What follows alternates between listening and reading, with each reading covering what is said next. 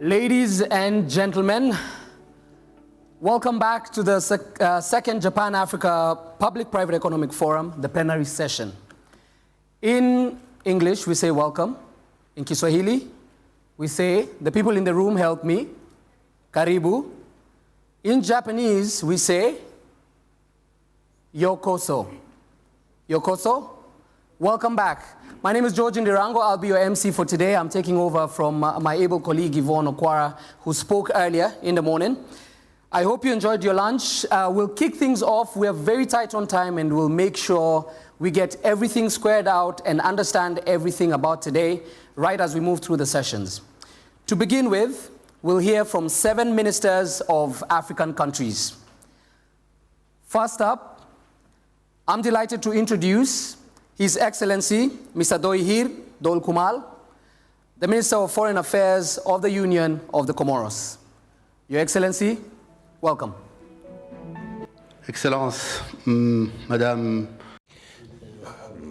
Suzuki Kitao Kafu, delegated in the Ministry of Foreign Affairs in Japan, Monsieur Husuda Kenishimi, the delegated for Commerce and Industry in Japan, Your Excellencies, ladies and gentlemen, and heads of delegations, honorable assistants, ladies and gentlemen, distinguished ladies and gentlemen.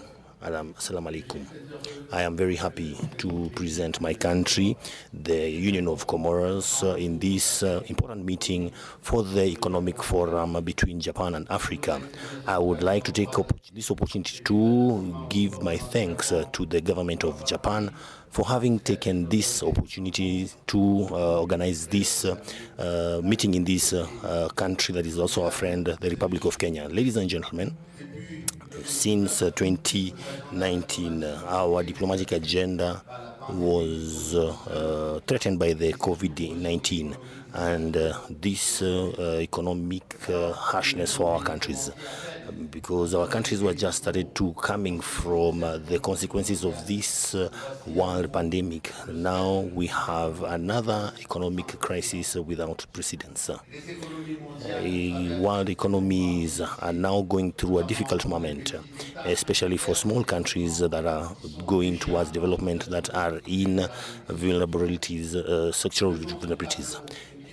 Before this inquiring, worrying situation, we have to be more and more internationally partners. The partnership between Japan and our countries, especially in infrastructure, and also they're going to be key to our economic development.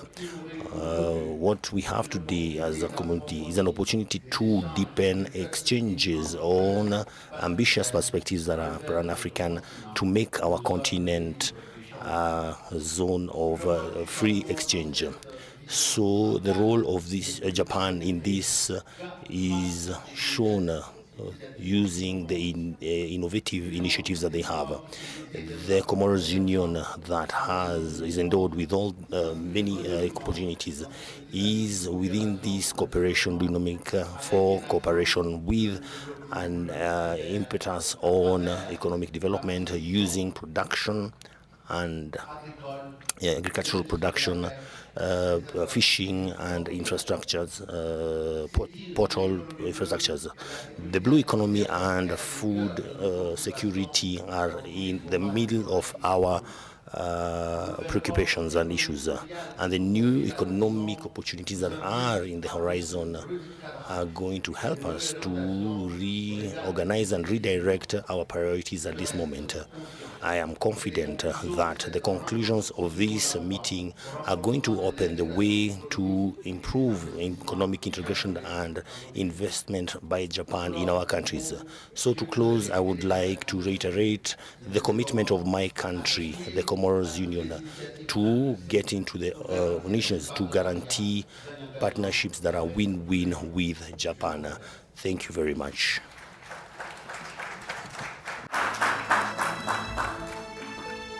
Thank you very much, Mr. Dol Kamal. Now, as mentioned earlier on, for anyone that was not in the room, during the sessions we'll hear the speakers speak in different languages, so Interpretation is available with your devices, so channel 1 for English, channel 2 for French, and channel 3 for Japanese. Let's move on now to our next speaker. It's our great pleasure to welcome His Excellency Mr. Jean-Lucier Boussin, who is the Minister of Foreign Trade of the Democratic Republic of Congo. Your Excellency, welcome.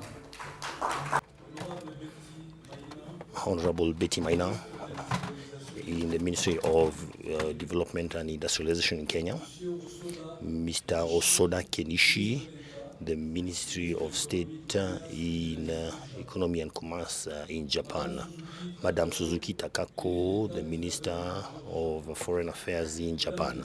Ladies and gentlemen, and distinguished ministers and distinguished invitees, all protocols observed.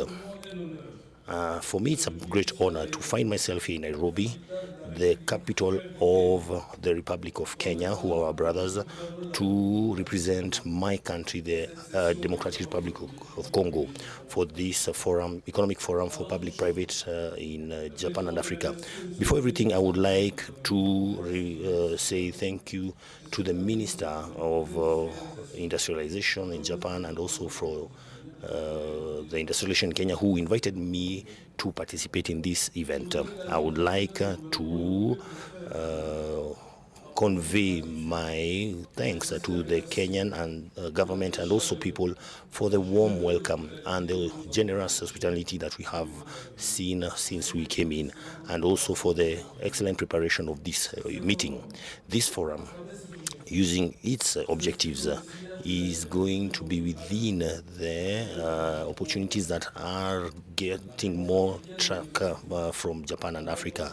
So the important participation shown by the public to these meetings show its will to put in place joint strategies to help to solidify relations between Japan and Africa, and in Japan, and in particular between DRC and Japan. So I want to talk about 3 points. First of all, is relations between Japan and Africa in general, with DRC in particular, and also the potential of DRC that are opportunities in business for the private sector in Japan, and reforms that were initiated and put in place by the government within the framework of making a better environment for business.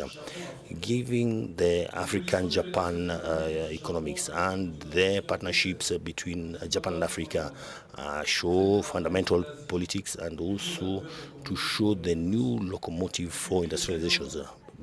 Since for 50 years now, Japan has been an important partner for Africa, and they continue to invest in a win-win situation to improve the relations with a number of African countries. And here we have the opportunity, therefore, to say thank you to all the innovations by Japan that are not afraid to share their knowledge with Africa, and also a model of cooperation for the transfer of technologies and also training.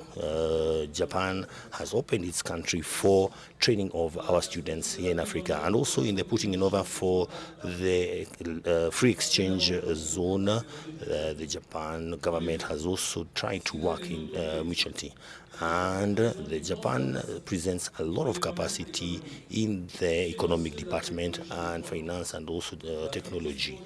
And Africa has a lot of opportunities for business investment in the many sectors like energy, mining, infrastructure, tourism, agribusiness, and also automobile, and also in many other industries. Ladies and gentlemen, allow me to make a point on the DRC partnership with Japan. Since the signature of the MOU in Tokyo, the economic links that have been put in are continuing to get strengthened, and this cooperation has led to many partnerships that have been created, and also we have had some that are noteworthy.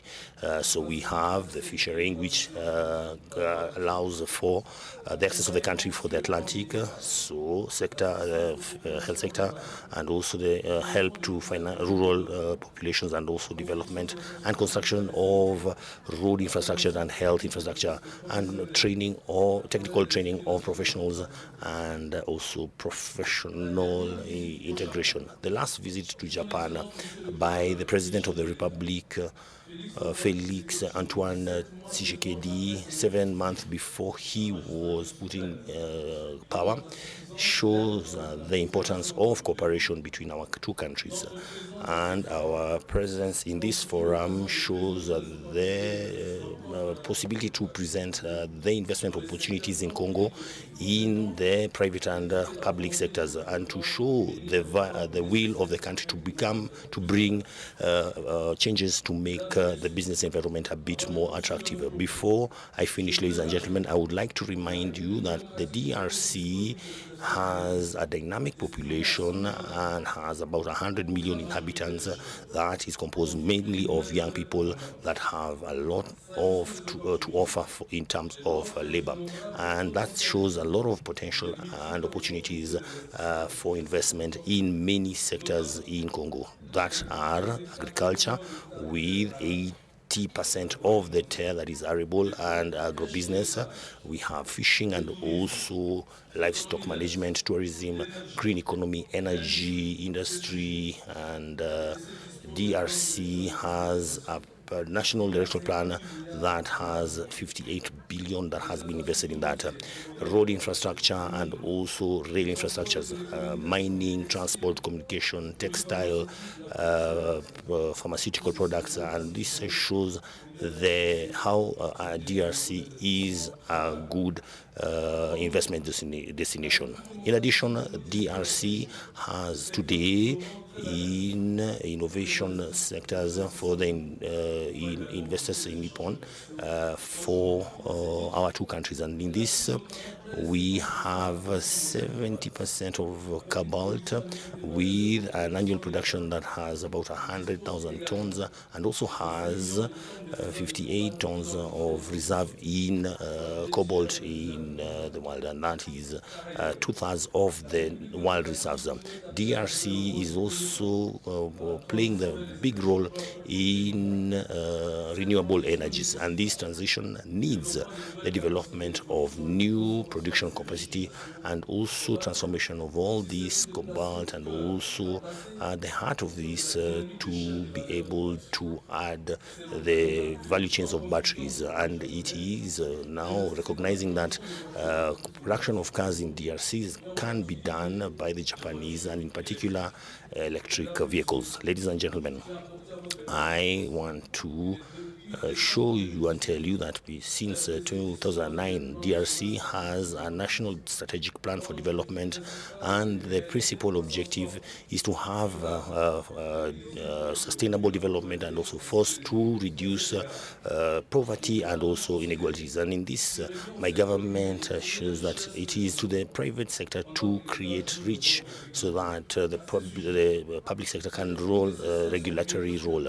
And on the institutional plan and also the law and also financial, makes DRC one of the best destinations for investment. And amongst the reforms that have been put, I would like to note especially the adoption of eco-investment and also the new mining code, the liberalization of the energy sector, and creation of special economic zones, and also education of the permit license to construct, and also public-private partnerships that have been made easy, and also foreign expense to make it easy for import and export. In addition, I have to remind you that since the government has started fighting against corruption, that shows that it is an improvement of its governance.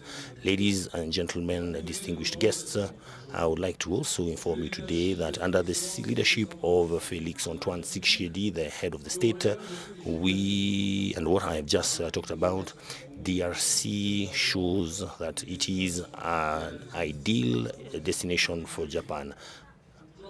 to close my report, I would like to inform that DRC is within the dynamic of sessions of Interior that was done in December 2021 and shows its role, its interest to sign all MOUs with Japan that are necessary and other structures that are in this forum. Thank you very much.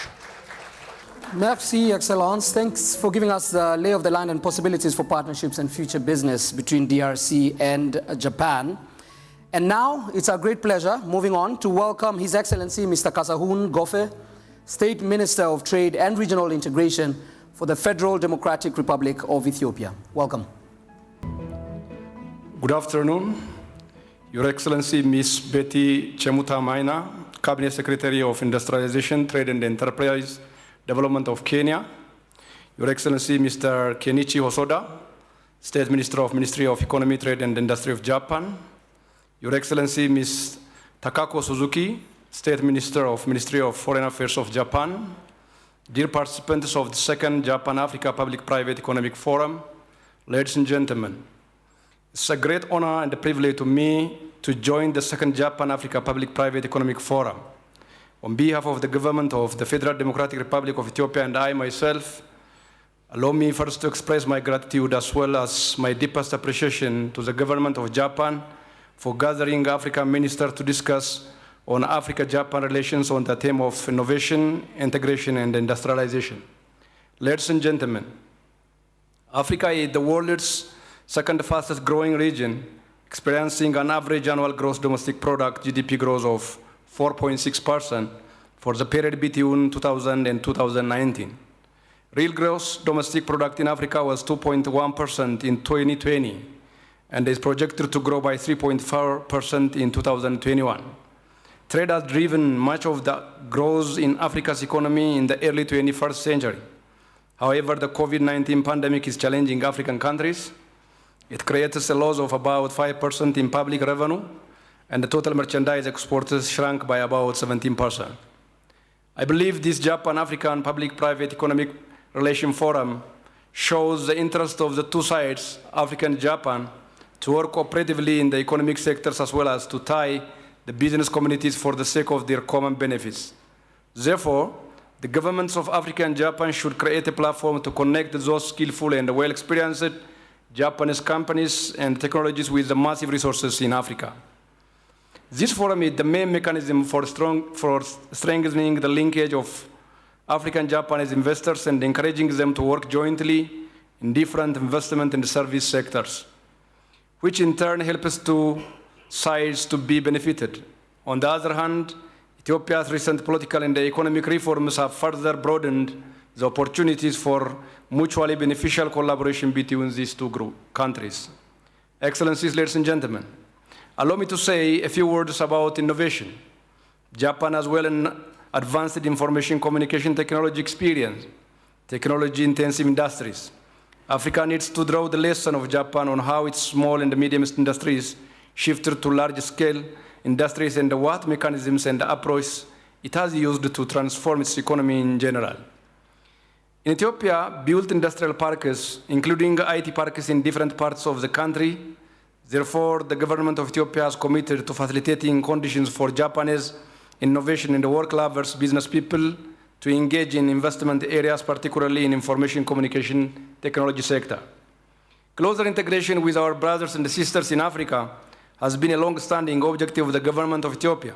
However, it's not viewed as an end in itself, but rather a vital component of a broader program to transform our economy from an agrarian nation to that of a modern industrial state by creating regional value chain and enhancing global competitiveness.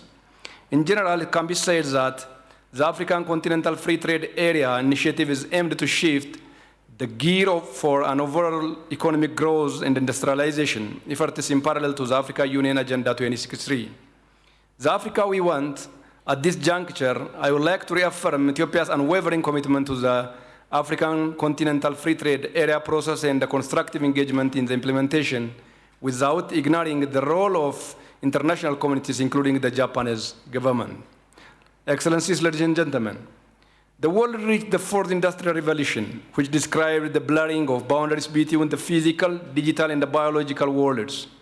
It is a fusion of advances in artificial intelligence, robotics, the Internet of Things, 3D printing, genetic engineering, quantum computing, and other technologies.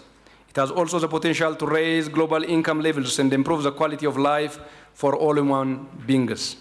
Meanwhile, industrialization is the key to job creation, poverty reduction, and economic stabilization in Ethiopia.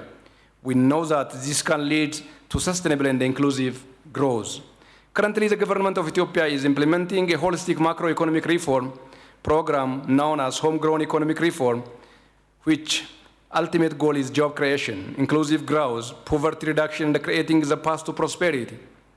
The program aims at correcting the imbalances and safeguarding macro-financial stability, resting on three main pillars: macroeconomic reform, structural reform, and conduct sectoral reform aimed at ensuring access to finance growth and productivity and addressing sector-specific institutional and market failures. We believe that the Japanese government contributed towards this end by strengthening the tie between the two countries on the economic front. Ethiopia will expect from this forum to create a conducive environment to increase the quantity and diversity of export items, to enhance the involvement of Japanese investors in Ethiopia, strengthening the two countries' economic relations by solving the challenges of existing investors, to share experience among African countries and Japan related to technology, integration, and industrialization. Finally, I once again would like to thank the organizer of the Japan-Africa Public-Private Economic Forum and the Republic of Kenya for hosting us. Most importantly, today we are here to learn from each other and get inspired about the future of innovation, integration, and industrialization. I would like to close my remarks by wishing to have a lively and a fruitful discussion. I thank you. Thanks to you too, Mr. Gofe. Now moving on, it's our great pleasure to welcome His Excellency Dr. Engineer Sultan Wali, State Minister of Water and Energy of the Federal Democratic Republic of Ethiopia. Your Excellency, welcome. Honorable Mr. Beti Chamati, Cabinet of Industrialization, Trade and the Enterprise Development of Kenya, Ms. Kochaki Hosaka, State Minister of Kenya, State Minister of Economy, Trade, Industrialization of Japan, Mr. Takaku Suzuki, State Minister of Foreign Affairs of Japan, Excellencies, Ministers, distinguished delegates, ladies and gentlemen, good afternoon.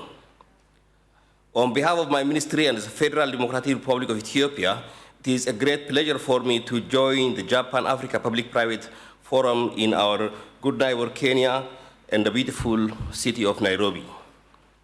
Excellencies, Ministers, distinguished delegates, ladies and gentlemen, Ethiopia is indeed with a variety of renewable energy and clean energy resource potential. However, only 48% of its population has access to electricity, where 16 million people are still living without electricity, making us the third highest electricity access deficit in Africa. Likewise, access to clean cooking technologies is not more than 10%, where majority depends on traditional biomass fuels. To change the situation, we have started implementing a 10-year energy sector development plan, which is in line with the spirit of the 2030 Agenda for Sustainable Development Goals. Our 10-year development plan is mainly focused on the following three major areas. The first one is to ensure universal access to affordable, reliable, and modern energy services by 2030 through National Electrification Program and the clean cooking technologies dissemination. Our country aims to reach 100% electricity access from renewable energy resources, where more than 24 million households will benefit from the sustainable energy electricity, and around 20 million households will benefit from clean cooking fuels by 2030. The second major area of intervention is to improve energy efficiency through supply and demand side management. With our policy intervention, the energy sector plans to contribute less than 4% of the total carbon dioxide emission in the country by 2030, which is one of the lowest carbon dioxide emitters in the world.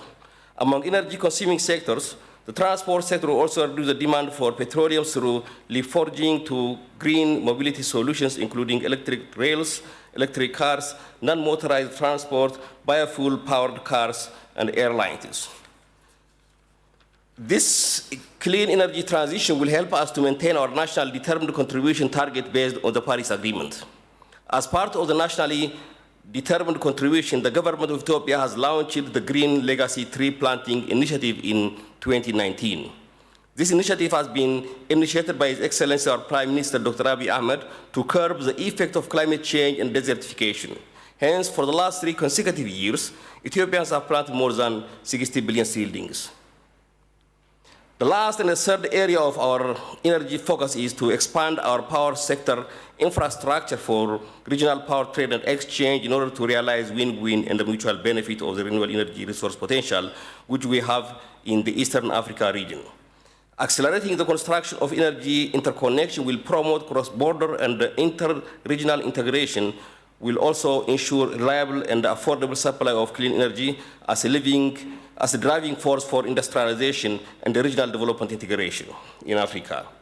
That will be a cornerstone for attaining the 2030 Agenda of the United Nations and the 2063 Agenda of the African Union.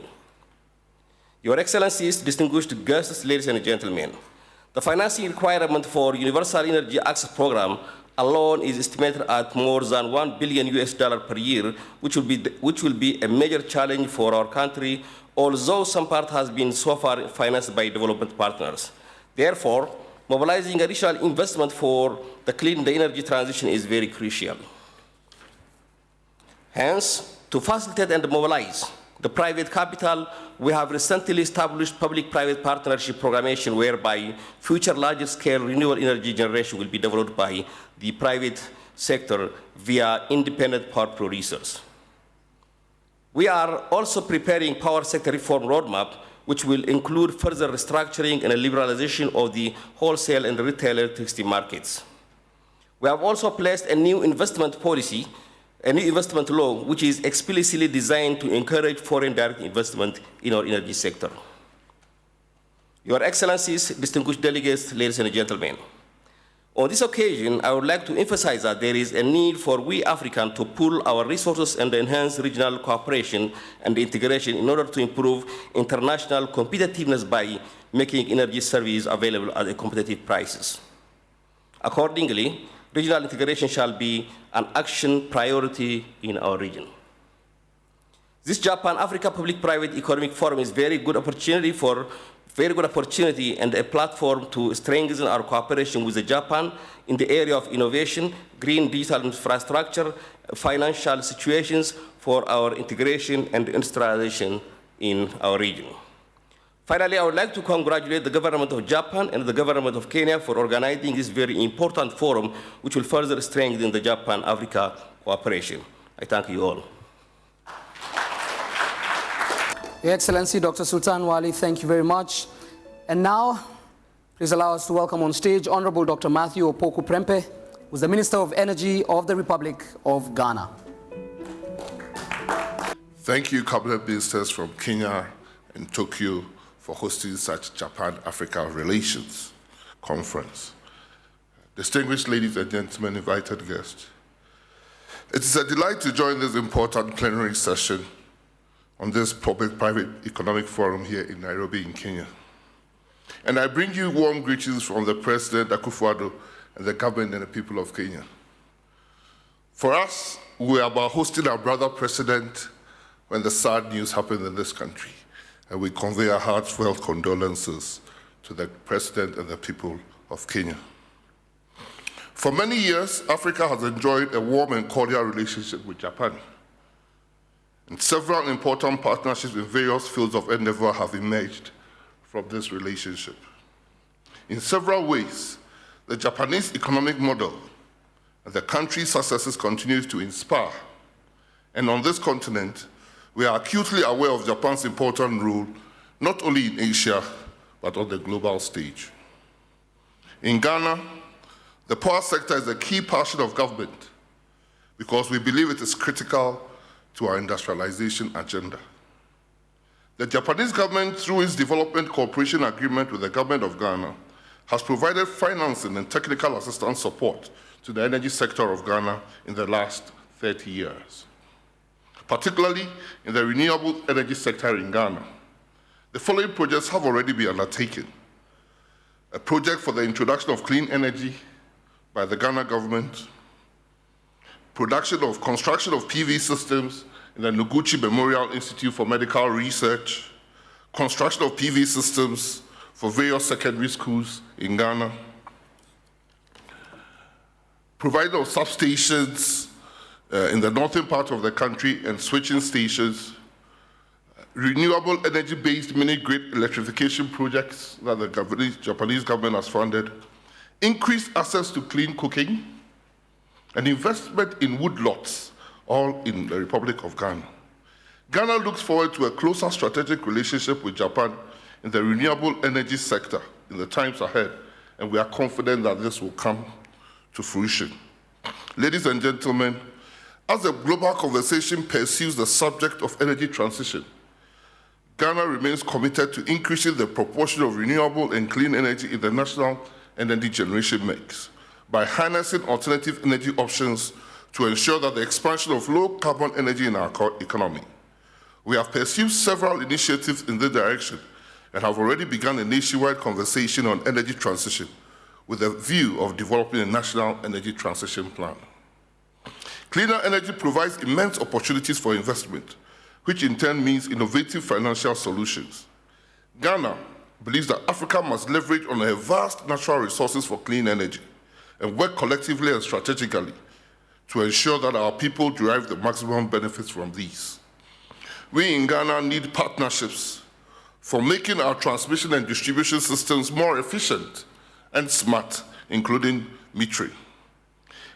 I am confident that this session will provide us with a useful platform on which to engage each other as partners seeking the good of our respective peoples. I wish everyone here fruitful deliberations, and thank you for your time and attention. Dr. Prempeh, thank you very much. And now we switch. It's our great pleasure to welcome His Excellency Mr. Silvino Augusto Jose Moreno, Minister of Industry and Commerce of the Republic of Mozambique. Welcome.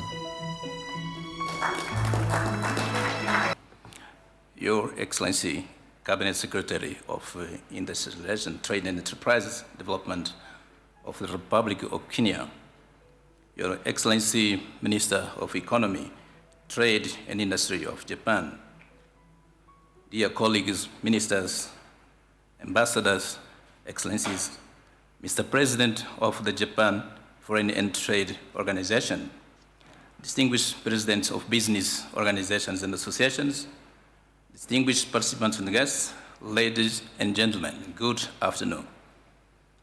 I would like to thank and congratulate the governments of Kenya and Japan for organizing and inviting the government of Mozambique to participate in the second Japan-Africa Public-Private Forum.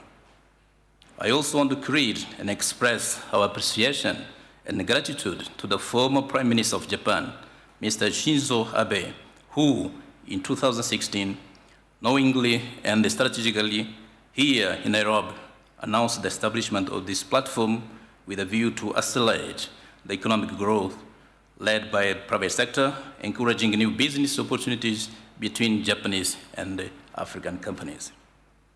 We had the opportunity to follow the first forum held in the city of Joburg, Republic of South Africa in 2018. And they also learned of the successful holding of virtual thematic sessions with the full involvement of business leaders from Japan in Africa, providing opportunities for Japanese and African companies to highlight and debate their work in Africa, specifically in 4 areas, being one, innovation in Africa with Japan, the second one, integration in the industrialization in Africa, the third one, digital infrastructure for Africa, and the accelerate financial solutions in Africa. For that, we once again extend our warm congratulations for the visionary achievement of the topic is discussed. Excellencies, ladies and gentlemen, in Africa, like other sectors of activity, the industry in the last 2 years has been suffering the structural impact caused by the effects of the COVID-19 pandemic, a situation that significantly affects the levels of growth and competitiveness at the level of value chains. Therefore, the rational and properly planned assumption of the four thematic areas highlighted above we intend to discuss today in cooperation with the public and private sectors of Japan and Africa should point out concrete paths that can contribute to a sustainable, inclusive, and prosperous future of industrial development and with tangible results. Now more than ever, industrialization must consolidate its process of growth and inclusion in global trade, favoring an integrated, balanced, and shared approach in the medium and the long term. The industry must be the strategic solutions for the competitive constraints imposed by COVID-19 narrative, and must be the basis for development of the free trade area of the African continent. Distinguished participants and guests, ladies and gentlemen, this is the understanding that Mozambique advocates and pursues in different bodies and fora in view to an inclusive and sustainable international development. These are the basis for the national program to industrialize Mozambique, launched in 2021, approved by the government, whose objectives are to contribute to an increase in industrial production and investment in infrastructures based on the local transformation of raw materials in an inclusive and environmentally sustainable way in partnership with the private sector.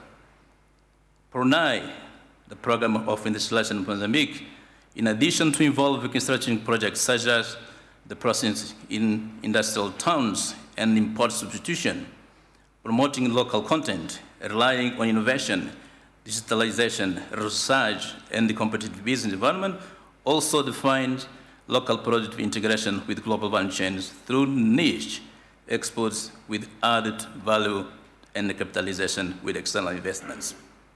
The process of integration and the industrialization today increasingly has a digitization, innovation, decarbonization, unavoidable factors for its sustainable modernization, areas that demand and will continue to require a strategic intervention assistance from the partner country Japan, mainly for micro, small, and medium enterprises, and the key public institutions that support those MCMEs in the scope of the circular economy.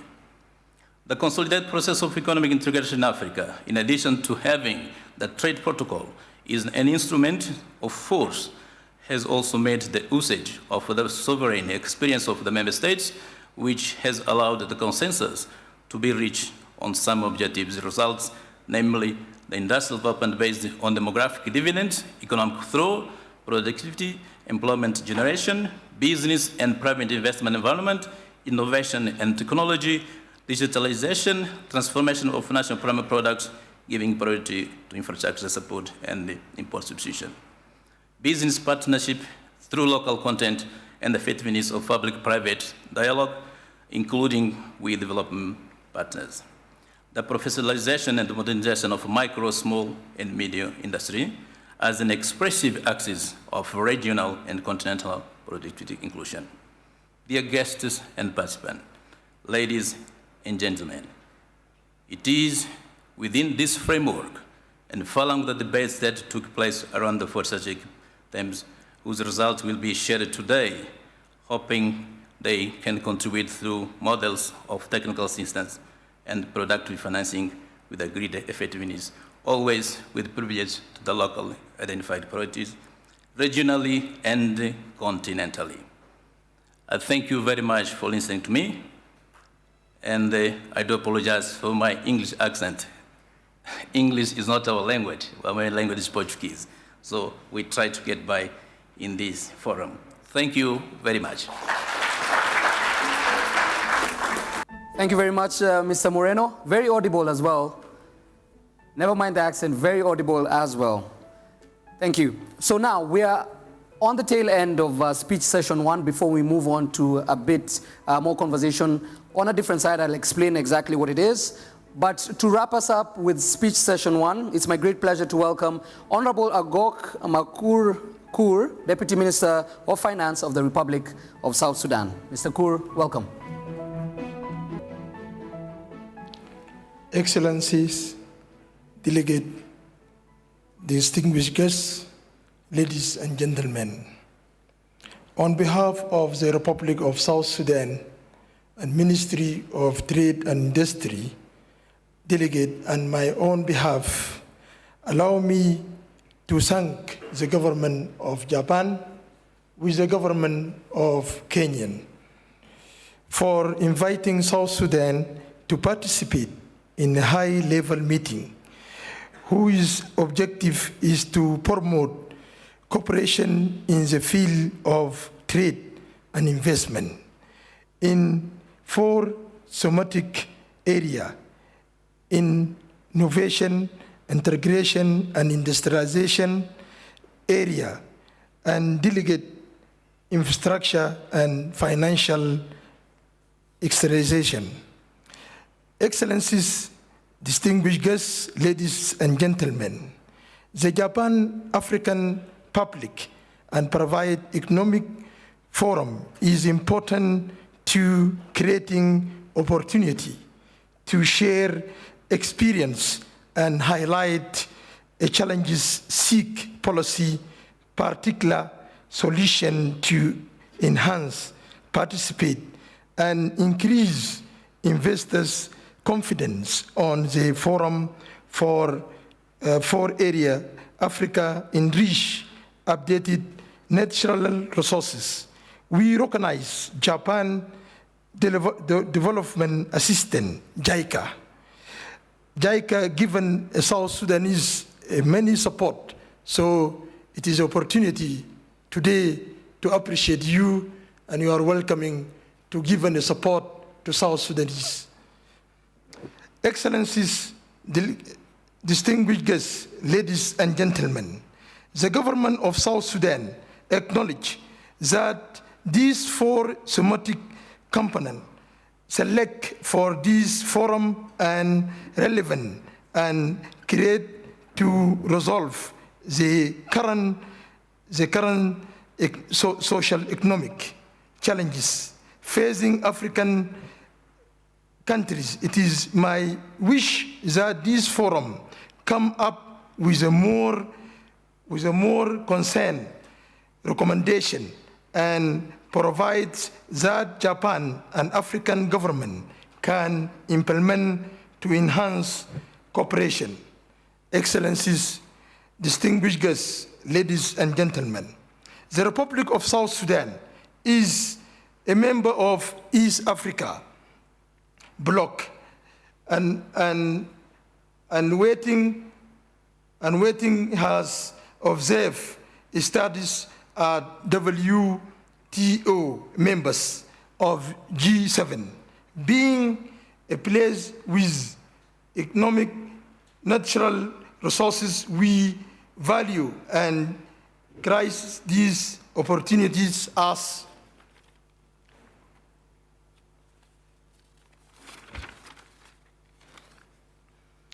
a nation. We know where we are coming from, and we know where we are, and we know where we want to be. Honorable Chair, allow me to reiterate the commitment of my country to the resolution of this meeting. Allow me also to sincerely thank the organizer for saluting me into the program and given me honor and pleasure to speak to this high-profile delegate from African and Japan and Kenyan. Thank you very much. God bless Japan, God bless Kenyan, God bless African, God bless South Sudan. Thank you very much. Thank you very much, Your Excellency. All right, we've heard from 7 ministers and representatives of their governments, all echoing sentiments that assure us the Japan-Africa platform and partnership is headed the right way, right? So let's hear a different perspective. We now move on to speech session 2. In this particular session, we'll hear from 7 speakers on the themes of innovation, integration, and industrialization. The session will feature in-depth presentations on those particular themes, which were also touched on during this morning's presentation. We'll hear from different companies about their initiatives in these particular areas, as well as their expectations and potential challenges in terms of strengthening the partnership between Japan and Africa. Right, so let's get things going. First off, I'm delighted to introduce Mr. Hiroki Ishida, who's the director of AAIC Partners Africa Limited. Mr. Ishida, welcome. Good afternoon, everyone. My name is Hiroki, the director at AAIC Partners Africa. I'm based in Kenya since 2015. It is a great honor to be here today. During a thematic session held in December last year, also I was here in a panel of innovation session. We recognized startup companies which play a primary role in this space in solving social challenges in Africa have been expanding their businesses despite COVID-19 pandemic. Especially the areas of healthcare and agriculture were highlighted. I'd like to quickly review it here. In 2021, $5.2 billion were raised by African-focused startup companies. This is 18 times bigger than the amount in 2015. Recently, we have more investors also from Japan. My friends from Kenya, Japan also gonna make a speech after this session, after this. However, the amount from Japan is still limited, and considering the size of the economy of Japan and also the relations between Africa and Japan. This graph shows the trend of the number of unicorn companies across the world. The US has the highest number.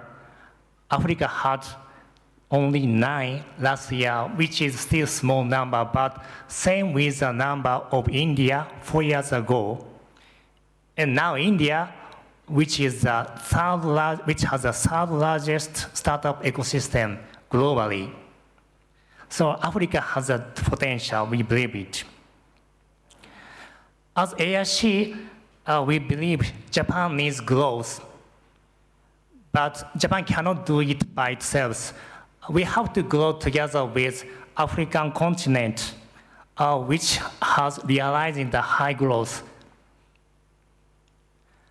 AIC, we recently launched our second fund focused on the African startups. It primarily invests in the healthcare sector because healthcare sector is the base of the economy and also require more digital transformations, especially after COVID-19. Also, the fund can consider to invest in like fintech, logistics, because it's more infrastructure or enabler of the society, I would say. We have amazing investors such as Eisai, which is a listed company, pharmaceutical company in Japan, or Hara, Asahi Intech, and other investors. They have different interests, but they are also considering to collaborate with startup companies. That's why they invest in this fund. This is the focus of the fund. There are a lot of areas there it has a potential, such as telemedicine, AI diagnosis, patient data management. Already, Japanese company has a great technology and knowledge in this space. I believe we can do more together with Africa.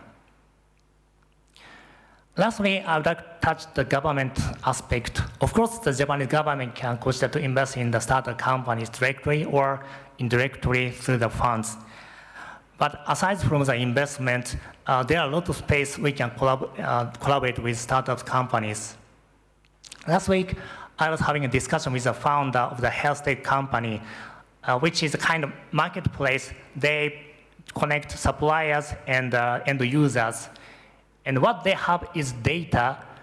Also, they know who the customers are, and they understand the activity every day, which is quite critical for a Japanese organization to manage a program. And I believe there are a lot of this kind of space areas we can collaborate. Last month, I was struggling to get fuel in Kenya. I know some people who live in Kenya, we know what happened. And indirectly, we have been affected by Ukraine-Russia issues. But I was okay, but our family, friends in Kenya, they are struggling more. Now the flour price is increasing, transportation is much, much expensive. And I believe innovation, also startup company can play a significant role to make it affordable, to support people, and then can it be sustainable. Yeah, that's my end of the presentation. Thank you very much for your kind attention.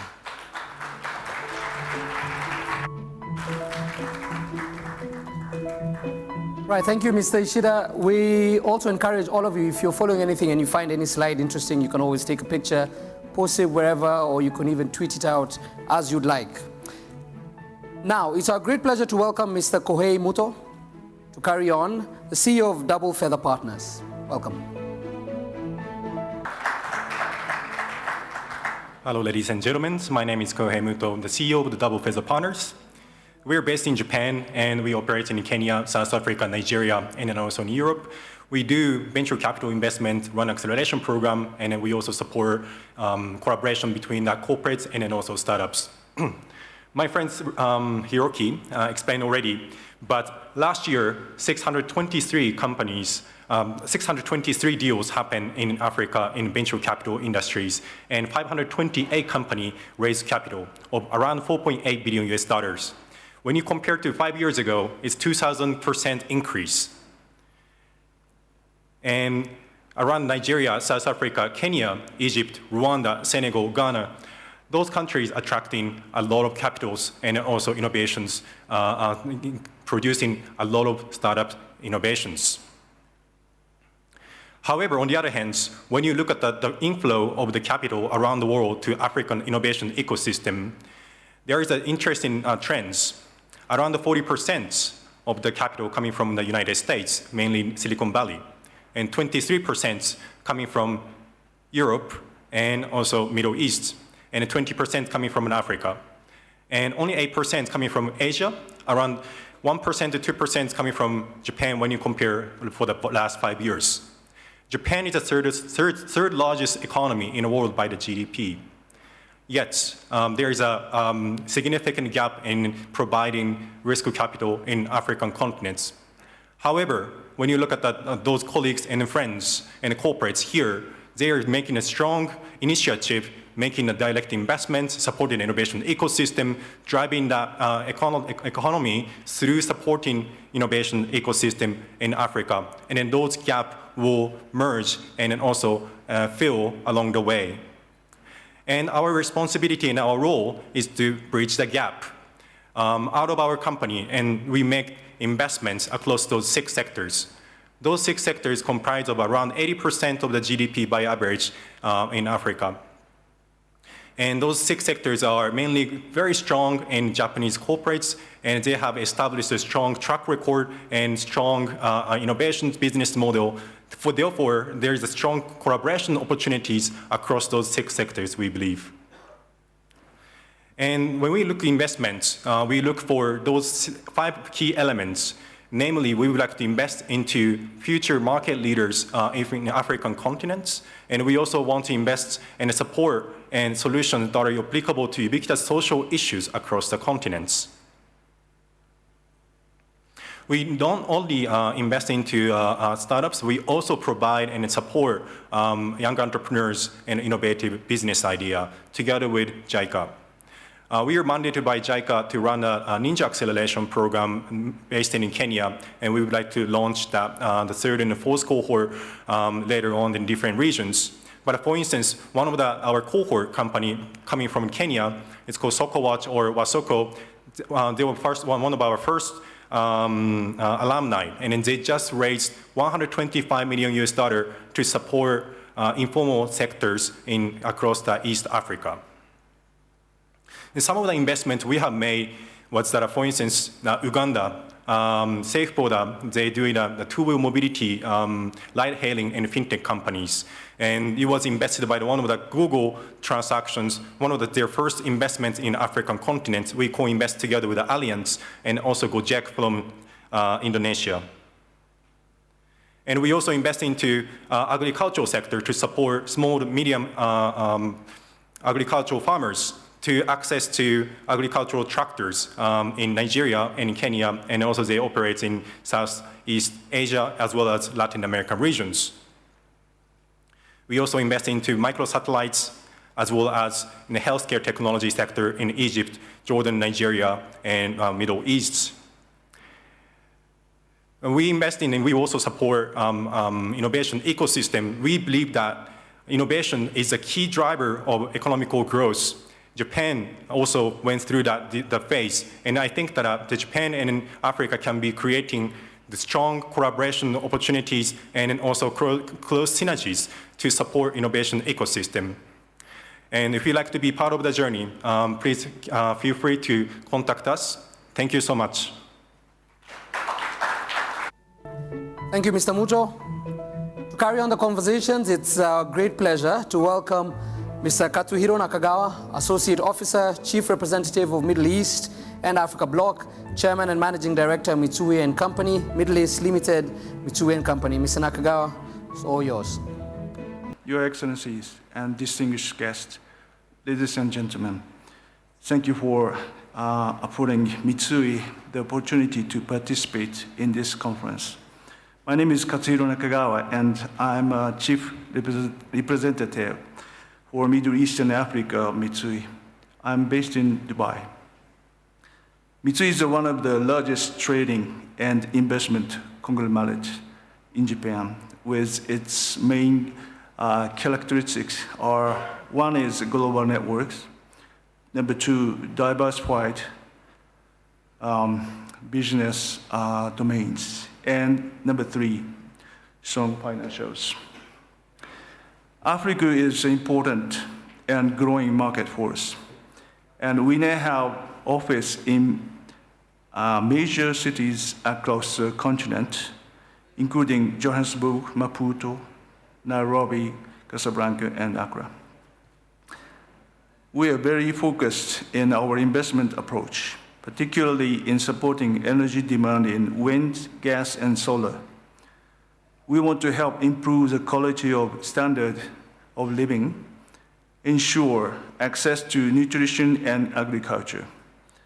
After partnerships to encourage sustainable environmental impact on the ground and connect interregional infrastructure projects. As a group, when discussing our goals in Africa, it's important to highlight our experience and knowledge in contributing to business success across multiple regions and sectors, and our close engagement with local partners who can share our mutual understandings in philosophy, vision, and culture.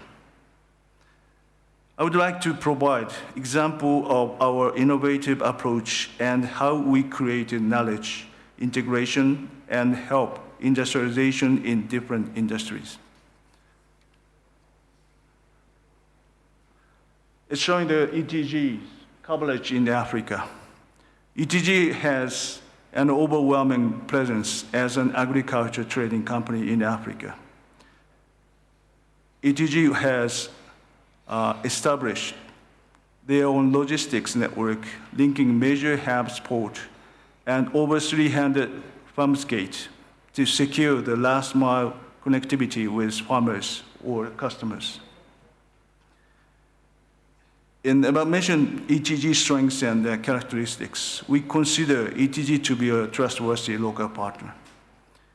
In this regard, ETG and Mitsui vision remains unchanged, with both having a mutual dreams to uplift Africa as a continent and has remained as such our investment since our investment in November 2017. The opportunity is unlimited, and we are willing and ready and to take it. For example, introduced JICA and collectively increased initiatives under farming communities toward agriculture best practice in the ETG program area. In addition, we have had 3 Japanese banking institutes extend capital to the group to support infrastructure development across their operational all over the continent.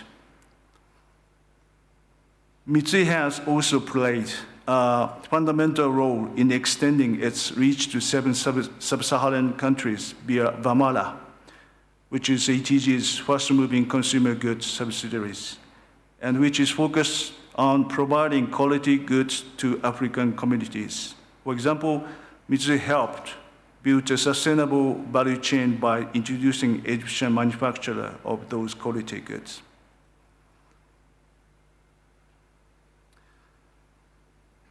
Let me provide a Western African case.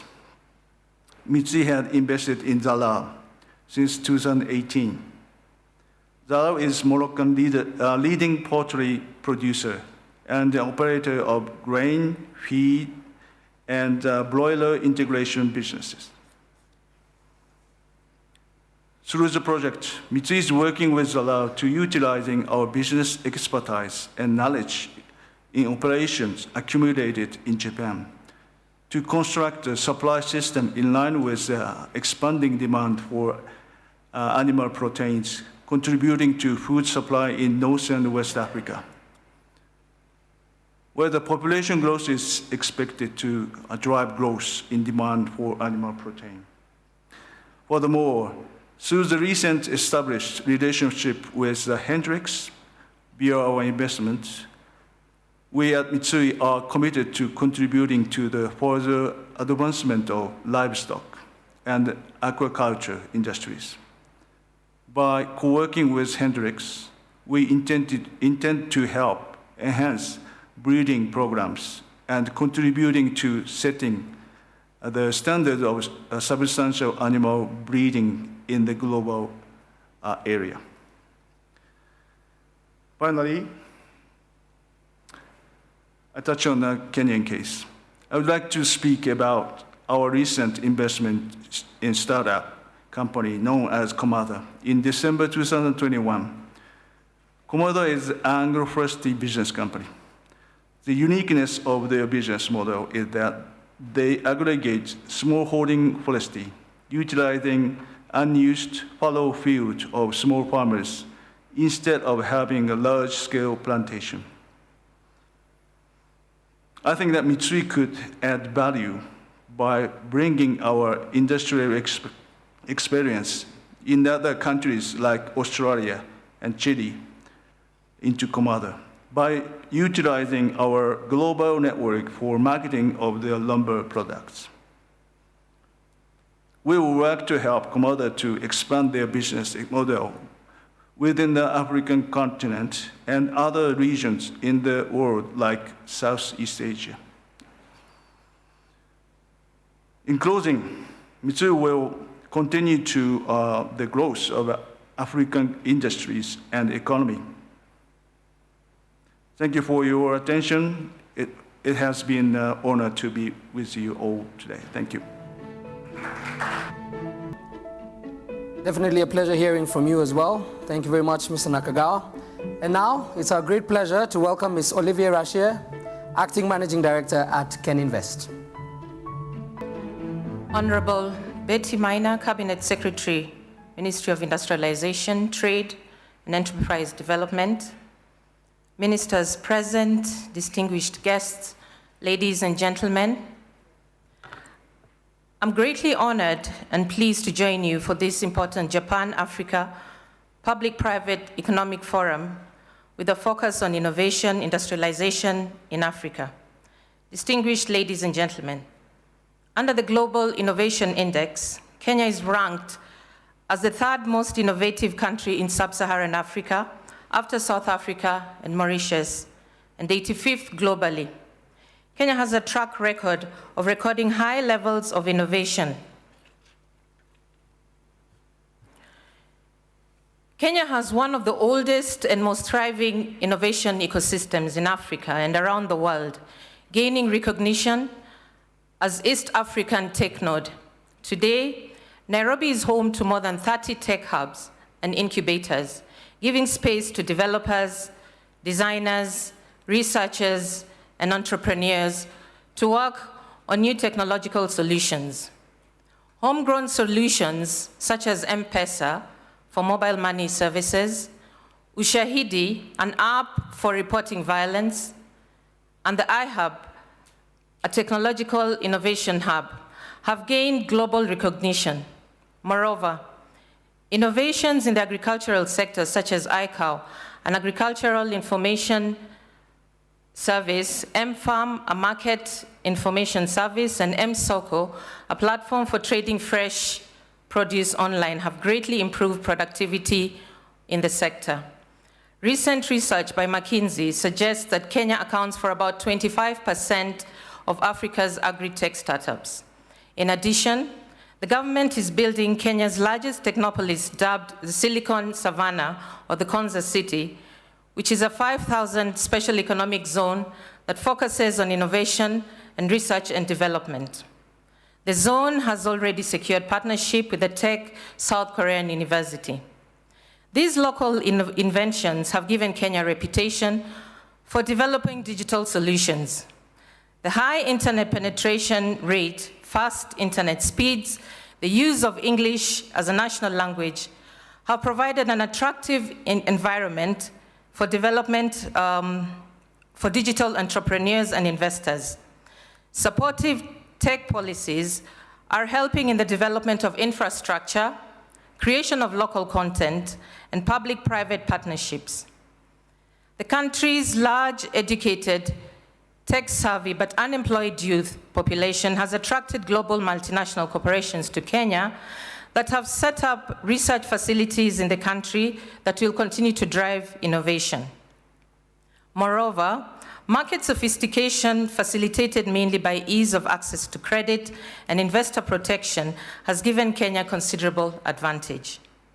The country has established itself as a leader in business sophistication facilitated by innovation linkages, and further in creating outputs ranking 61st ahead of South Africa at 91st.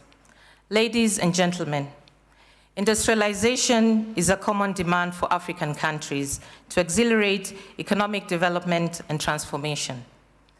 The African Union's 2063 agenda clearly states the development goals and direction of African manufacturing industry. Kenya has embraced the goal of industrialization as a way to transform the structure of the economy with industrialization transformation. The launch of Kenya's 10-year transformation program informs the government's stance to pull out all stops to industrialize the country.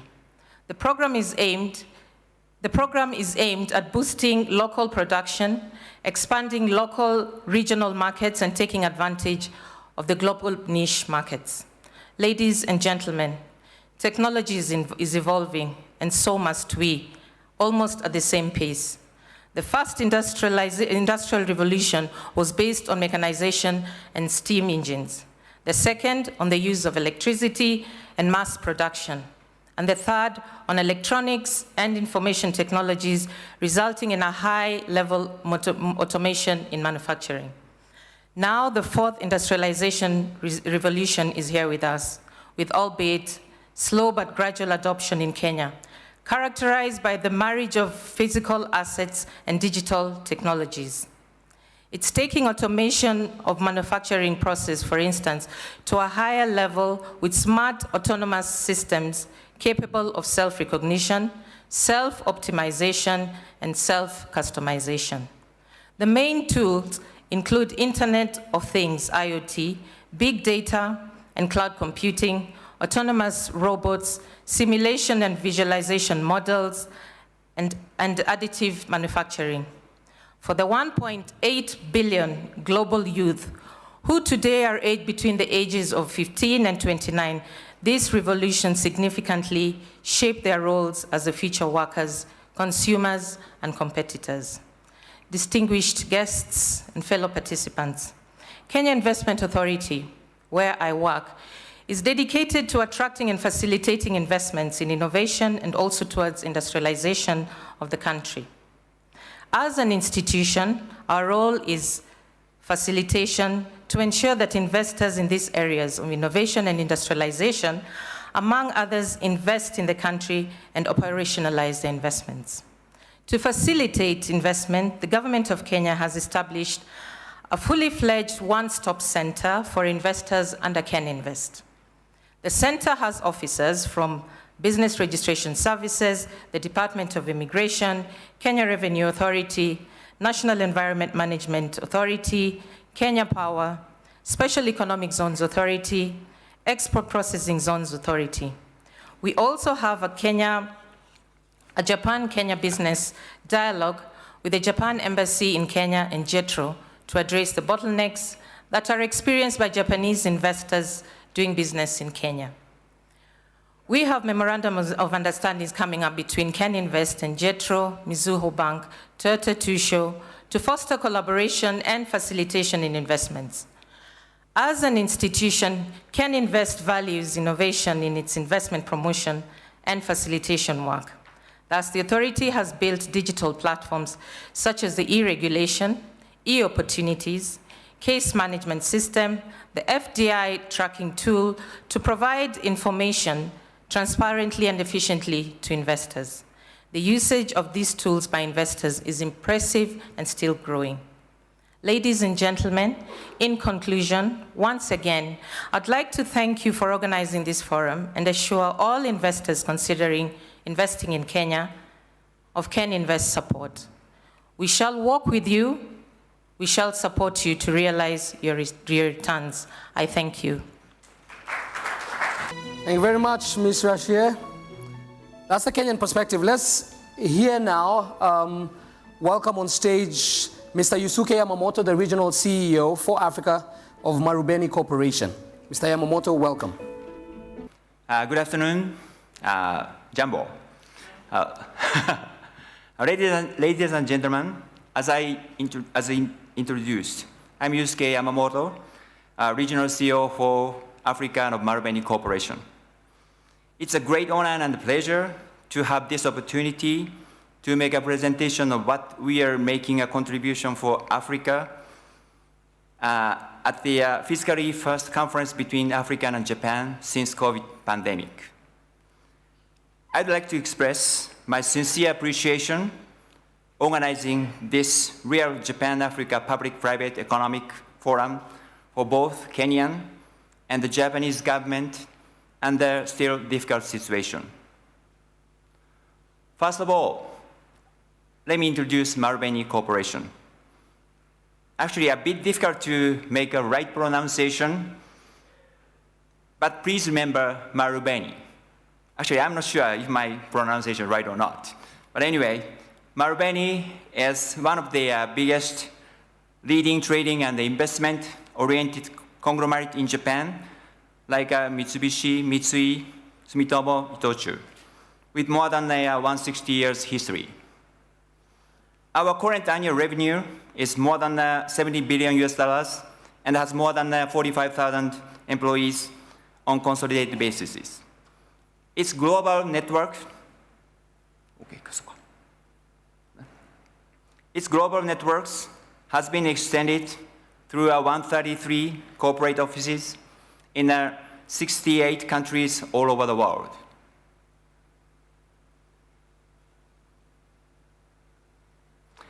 Marubeni has 15 divisions under 4 business groups, and those business scope, portfolio, covers almost range of products and services of all of the industries. We so-called GC 2024, which is our next 3 years official plan. We announced we will be former runner of green business. So we would like to develop green business like renewable energy, healthcare, decarbonization, agri, and water project in Africa. I think Kenya could have one of the most potential in terms of Kenya's and having JCM system with Japan. In Africa, Marubeni has 13 offices, 30 Japanese expats, and 80 national staffs.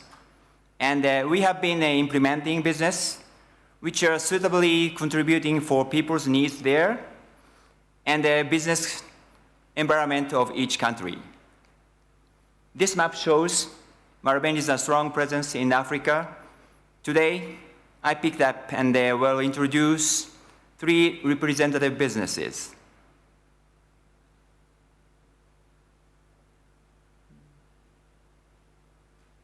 Okay. First one is the water recycling business.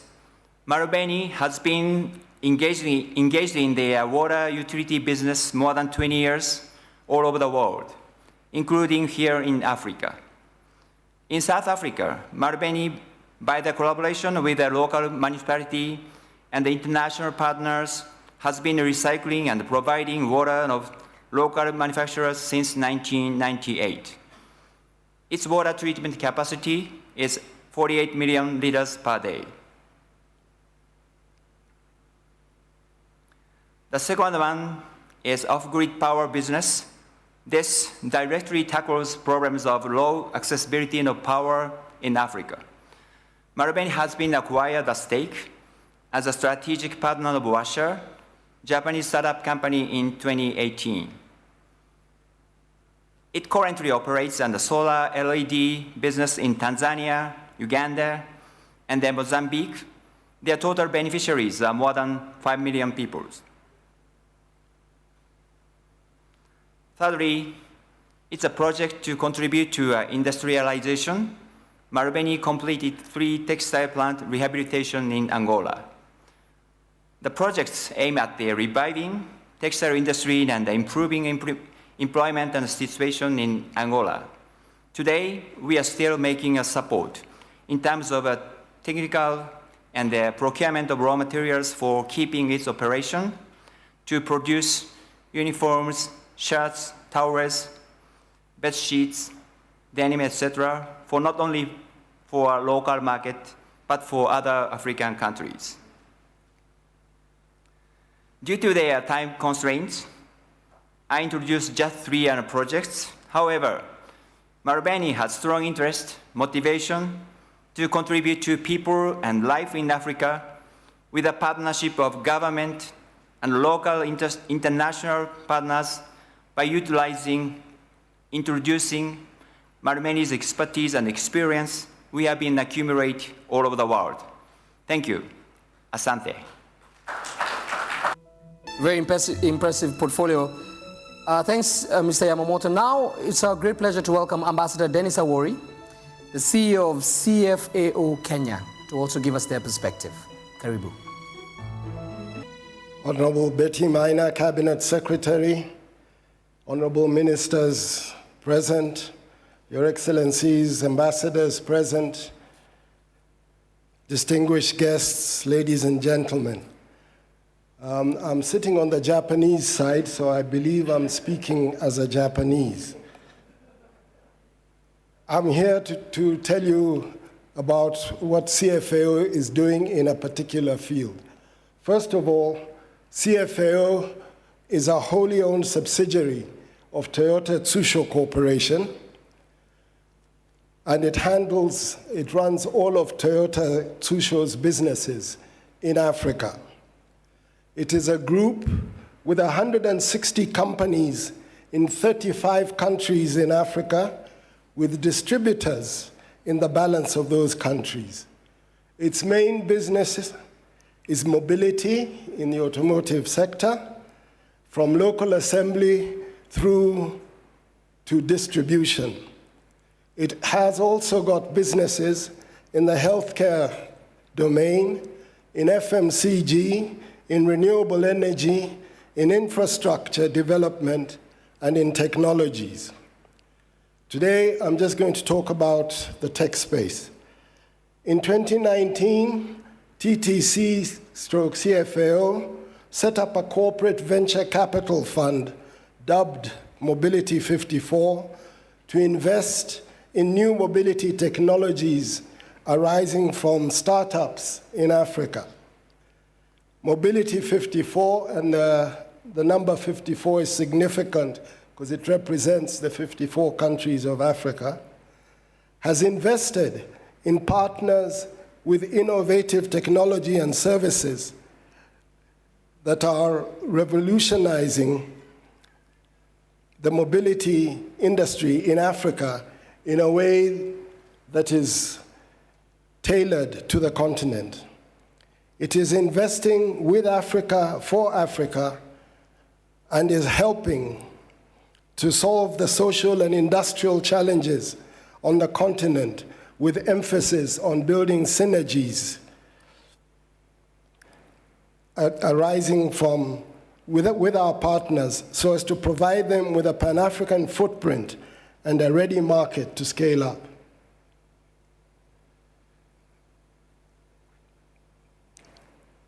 So far, the joint ventures are revolutionizing logistics operations and their sector-wide industry through digital platform technologies, revolutionizing the public transport industry with innovative services based on digital transparent transport management, revolutionizing the related financial industry in Africa with digital technologies in fintech, microfinance, and payment systems, and finally revolutionizing and transforming our own group's mobility operations in the area of electric mobility, beginning with e-bikes. The startup partners that Mobility 54 has invested in across Africa include, and in the logistics space, includes Hedy, which provides a logistics platform that coordinates the movement of goods, focusing on the last mile here in Kenya. And Hedy has already expanded to the other countries in East Africa and has even crossed the continent and invested in West Africa. Secondly, Kamtar, which is similar to Hedy, based in Côte d'Ivoire. It boasts of having Hedy among its shareholders, demonstrating the synergies that we have to offer. One Port 365 is a B2B digital freight forwarding platform offering simplified, all-inclusive, transparent freight forwarding services driven by technology. In the transport sector, we have Data Integrated, another Kenyan mobility startup that helps public transport operators, and here we call them matatus for lack of a better word, and cooperatives in effective bus management systems, including cashless payments. We have Moja Ride in Côte d'Ivoire, which offers a reservation and cashless payment system spanning multiple services, including ride sharing. KAI is a provider of an app that is a game changer for taxi operations in Senegal. In finance, we have Tugende in Uganda, which is tackling the credit gap for small businesses by enabling informal entrepreneurs to own income-generating assets, build a verifiable digital credit profile, and earn future growth opportunities through its digital platform. InTouch is already a leading provider of payment and digital services distribution. Born in Senegal, it is now already in 9 other African countries. It has a solution that offers 230 digital services, such as mobile money, agency banking, money transfers, airtime top-ups, and acceptance of all payment methods in the 10 countries that it operates in.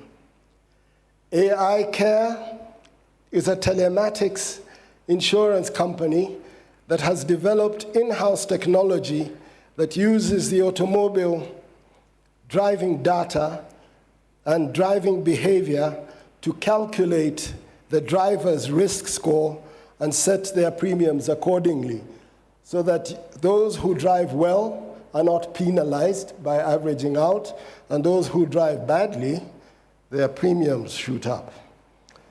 In transformation, we have Zembo from Uganda, which designs and sells innovative electric motorcycles and operates solar recharging stations using a battery swap business model. Their main customers are the famous motorbike taxis known as Boda Bodas. Reduction in emission from public transport in Africa is the quickest way to begin the fight against climate change.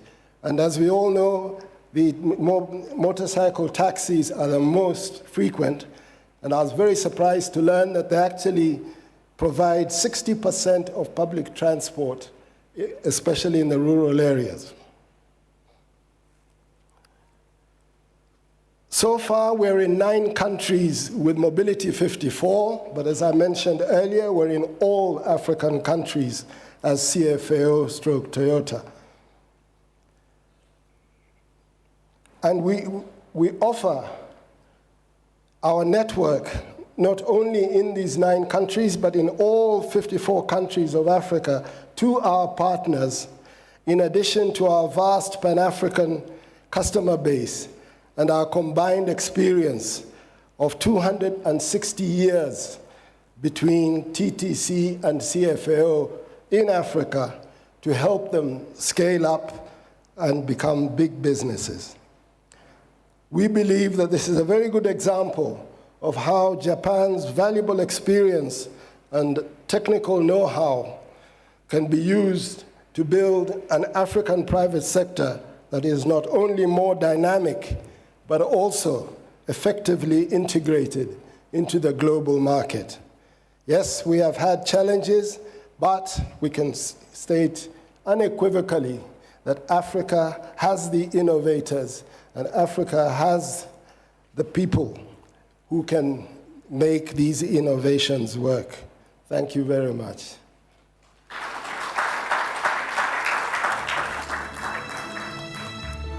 Thank you very much, Mr. Awari. The innovators and the consumers. We have them here, all of them. So I know we've been sitting for quite a while. We just have one more presentation to listen to, and then we'll get into the next session. It's our great pleasure to welcome Mr. Iwasuke Shimada, the Managing Director of Toshiba Corporation. Welcome. Good afternoon.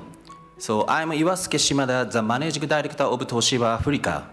Thank you for giving us the opportunity to be part of this occasion.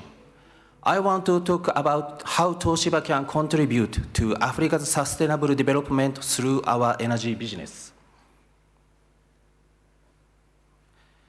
Toshiba has long been committed to solving global social issues.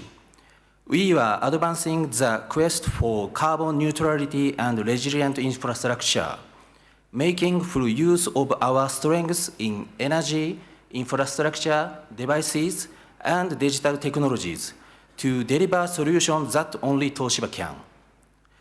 We remain true to our longest-standing basic commitment, committed to the future, committed to people, committed to the future, when carrying out business in Africa and elsewhere in the world.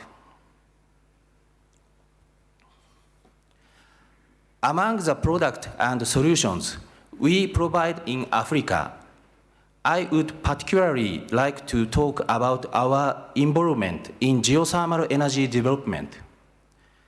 At Kenya's Olkaria Power Station, we have installed 4 geothermal turbines. They generate 300 megawatts of power station. So we have, of power for the national grid. We are also about to install our small-scale wellhead geothermal power equipment, Geoportable, at the Altrangano power station in Ethiopia. Geoportable achieves a quick start-up for power generation without the time-consuming construction of large-scale conventional geothermal plant. We feel privileged to be able to work closely with various stakeholders to develop geothermal power in Africa. With financial support from the Japanese government, we have provided equipment and maintenance for plants and concluded a number of MOUs with African countries for technology transfer and skill development. The discussion at last December's meeting of this forum confirmed that skill development assigned by Japanese organizations in contributing to advancing Africa's industry. When we hosted interns from the Africa Business Education Initiative Program, Abez Initiative, at Toshiba, they enthusiasm to study and desire to become future industry leaders in their home countries was clear to see. We will be happy if the Japanese government continue these programs and look forward to working together with future industrial leaders. Clean and sustainable energy supply is an important contribution in building resilient infrastructure and supporting a growing economy. In this overview of our capabilities, you can see that Toshiba offers comprehensive solutions in the key areas of generate, transfer, store, and smart use of energy. We would welcome collaboration with you in this field too. To increase the availability of electricity power supply and advance Africa's industrialization, we also encourage Japanese government to support financing of sustainable energy development projects in Africa. As a private sector company, we look forward to continue progress for the African Continental Free Trade Area. We hope it will open up continent-wide market and boost adoption of our products and solutions. I pledge our commitment to Africa and our determination to work closely with partners here. As Helen Keller tellingly said, alone we can do so little, together we can do so much. I hope you will all join hands with Toshiba so that we can all work together on Africa's sustainable development. Thank you.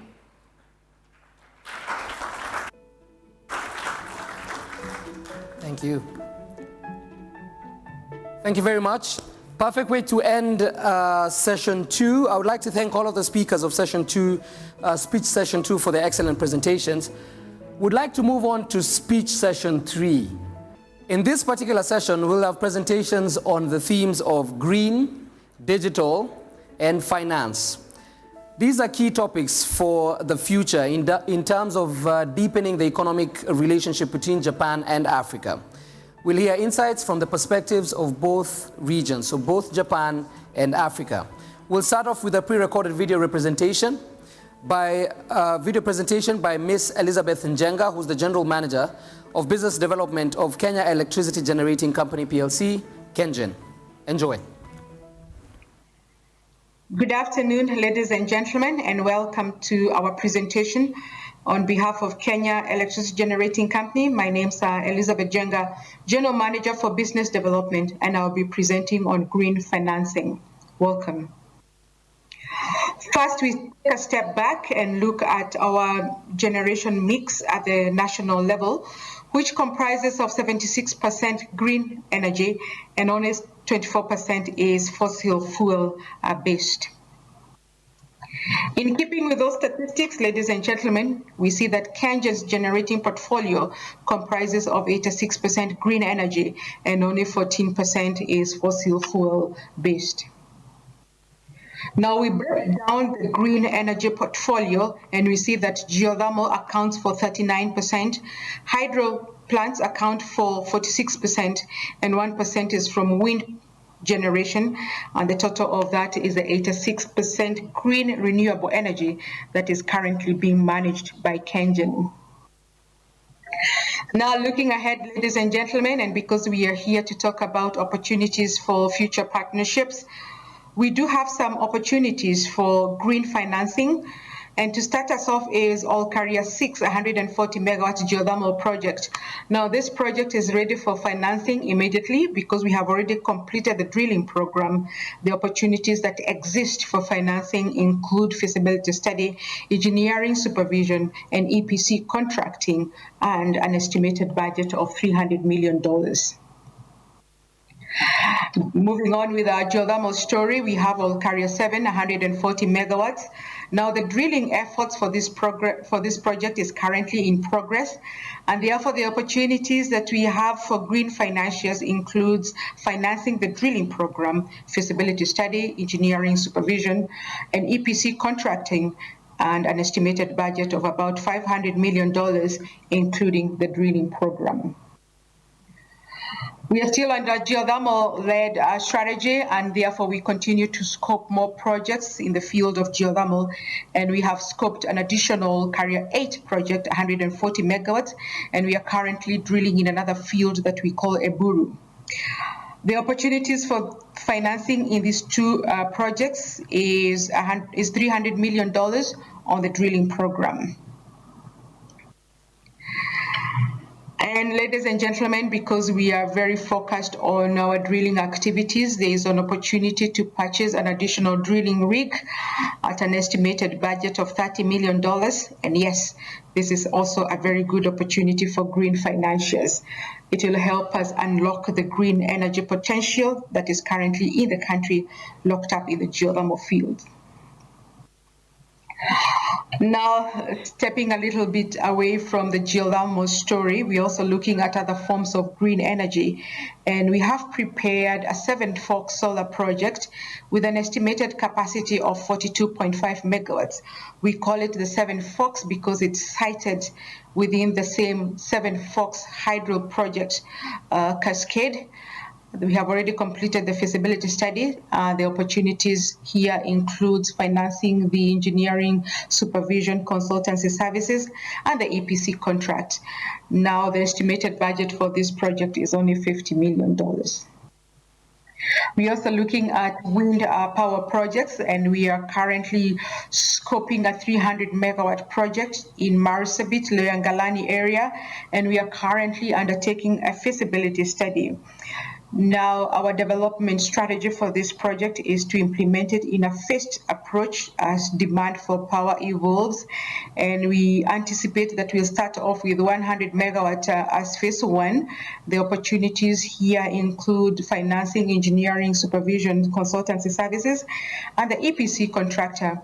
And we are looking at a budget of up to $200 million. We are also looking at any potential for hydro projects that is still remaining in the country, and our stop is the current existing portfolio. We do have a small project in the western part of Kenya in Migori County called Gogo Hydro Project. It is currently operating at 2.5 megawatts.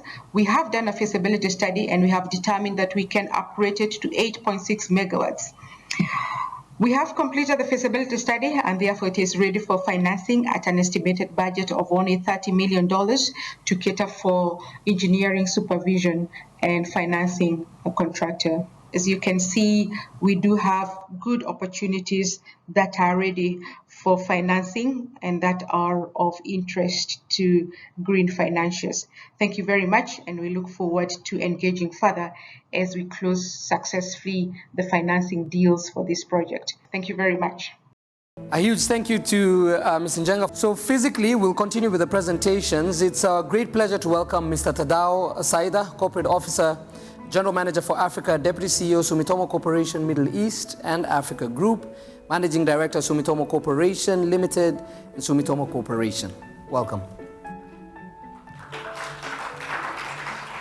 Thank you for the introduction. My name is Tadao Saida, General Manager for Africa of Sumitomo Corporation. Thank you very much for providing us with such opportunity to introduce our company. But I'm sorry, but please let me make my presentation in Japanese. So may I ask you to prepare the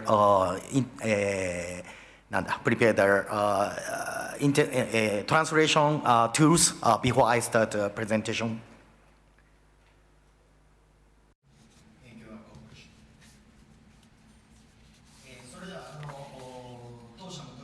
Now, let me introduce to you what Sumitomo Corporation does as business. We were established in 1919, and we have been operating in different businesses all over the world. We have 131 offices in 66 countries, and of them, 11 bases are based in Africa. Our businesses vary from metal products, transportation, infrastructure, media and digital, living-related and real estate, mineral resources, energy, chemical and electronics. And also we have one initiative related to energy innovation. This slide shows you our presence in Africa. In 1954, we first set up an office in Cairo, and power, mineral resources, transportation, and telecommunications are the businesses that we do in Africa. And then there's 6, Madagascar, Anbato, and then also Ghana, oil and gas, and then in South Africa, steel and iron ore. Those businesses have been what we have involved in Africa. As you can see on the right, the Safaricom and Vodafone, and then BII and Safaricom, we together established a company, and then we acquired a telecoms license in Ethiopia, and then we are starting our operations. And there will be a presentation later in this project. Together with ATI, we have a cooperation, and then of course it is covered by NEXI. Thank you very much for your understanding and cooperation for the consolidation of this project. This project of Safaricom, so together with Ethiopian government, in order to start services, we are preparing ourselves. And in order to serve as the lifeline for Ethiopian people, we're going to establish infrastructure, and then so that this project will promote the quality of life of Ethiopians, and we are planning to create 1 to 1.5 jobs there. Also, our African office has this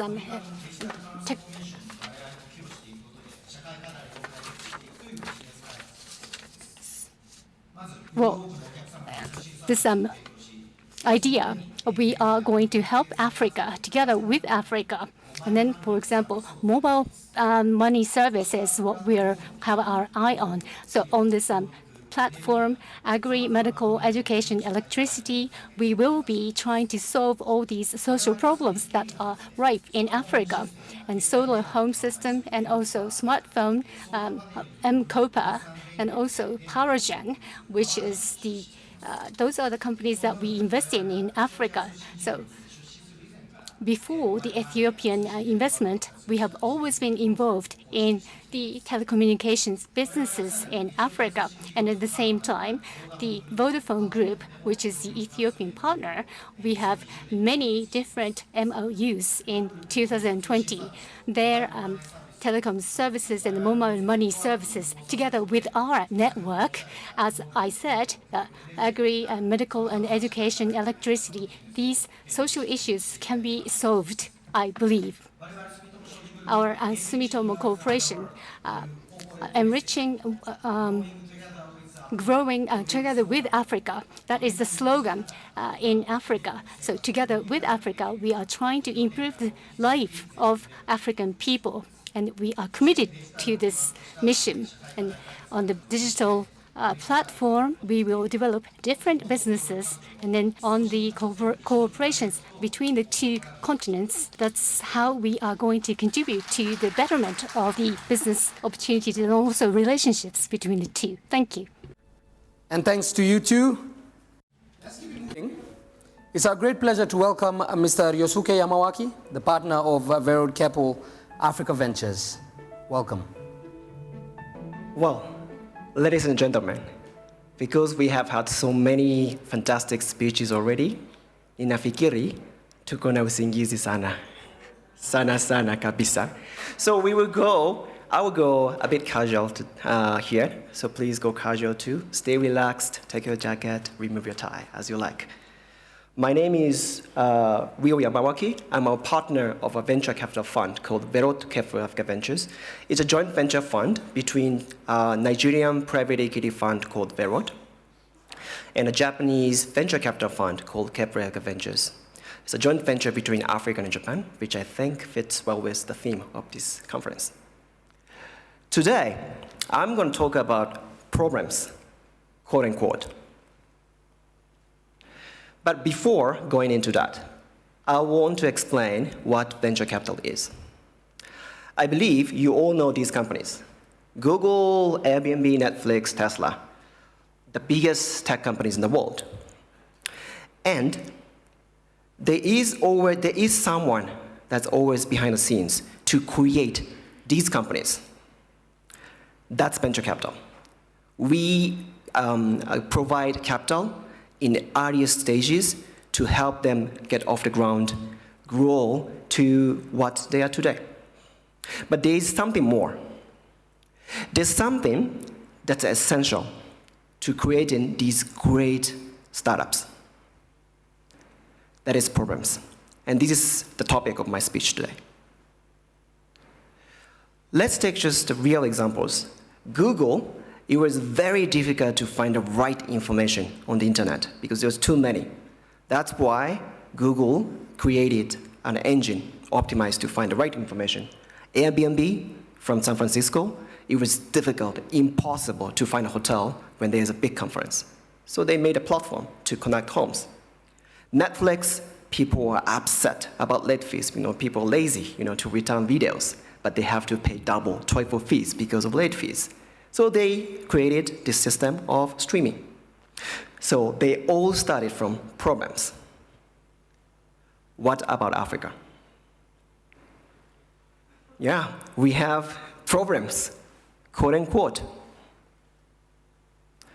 But are these really problems? These are also opportunities. Let's take the real example. Dirty fuel.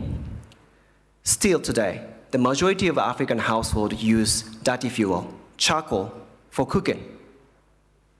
And it's detrimental to many aspects of human life. Health, it causes respiratory issues, lung cancer, pneumonia for tens of thousands of people. Environment is the main cause of deforestation in Africa. Every year, we are losing forest every year because of charcoal. And then, deforestation also leads to desertification. We have deserts that leads to food insecurity. It's bad. But now, we have a solution to it. Hogo Networks. They provide bioethanol as an affordable alternative to charcoal. They have built the entire infrastructure from importation, storage, transportation, retail. They even have a special vending machine that's connected to M-Pesa so that people can pass by the kiosks and buy bioethanol. And then they beautifully solve all these programs. But there's something even beyond that. By solving these issues, they have reduced carbon emission. And the total amount of carbon they have reduced over the last 2 years already is more than 1 million tons of CO2. This is equivalent to the emission from 200,000 passenger cars. Insane, but they have removed all the carbon. And then, by removing carbon, they have generated revenue by selling off carbon credits. They are certified by UN. This is a new income source for Africa. We can create and sell carbon credits out of Africa. So we have so many problems. We thought that we had so many problems, but these turned out to be opportunities. And then we have a bloom of startups around different issues, literally thousands of startups coming out from those issues. And how does Japan come into play here? They have been playing a significant role in this innovation. Toda Chusho, Mr. Kawabe is here. They have invested in a number of startups, including Ochak from Nigeria, M3 Inc., also listed company from Japan. They invested in a hospital chain coming from Ghana. Also JICA, Japanese Development Finance Institution, they invested in Sanaji from Kenya. Japanese actors, public and private, they have made a lot of commitment in startups ecosystem already. And then my belief is that this ecosystem can only be nurtured by multinational engagement. This is why I largely appreciate the value of forum of this kind. We can create enabling environment to have solutions to daunting problems of Africa and then change them into innovations out of Africa. So let's work together, Pamoja, to turn problems into opportunities. Thank you so much for listening. Mr. Yamawaki, shukran. Shukran sana.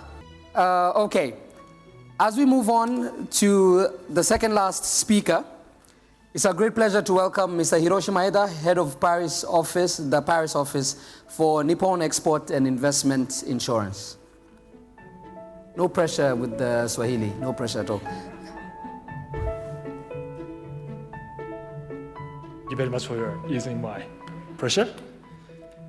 And yeah, Excellencies, distinguished guests, and ladies and gentlemen, it is a great honor for me to be here on behalf of NEXI, or Nippon Export and Investment Insurance.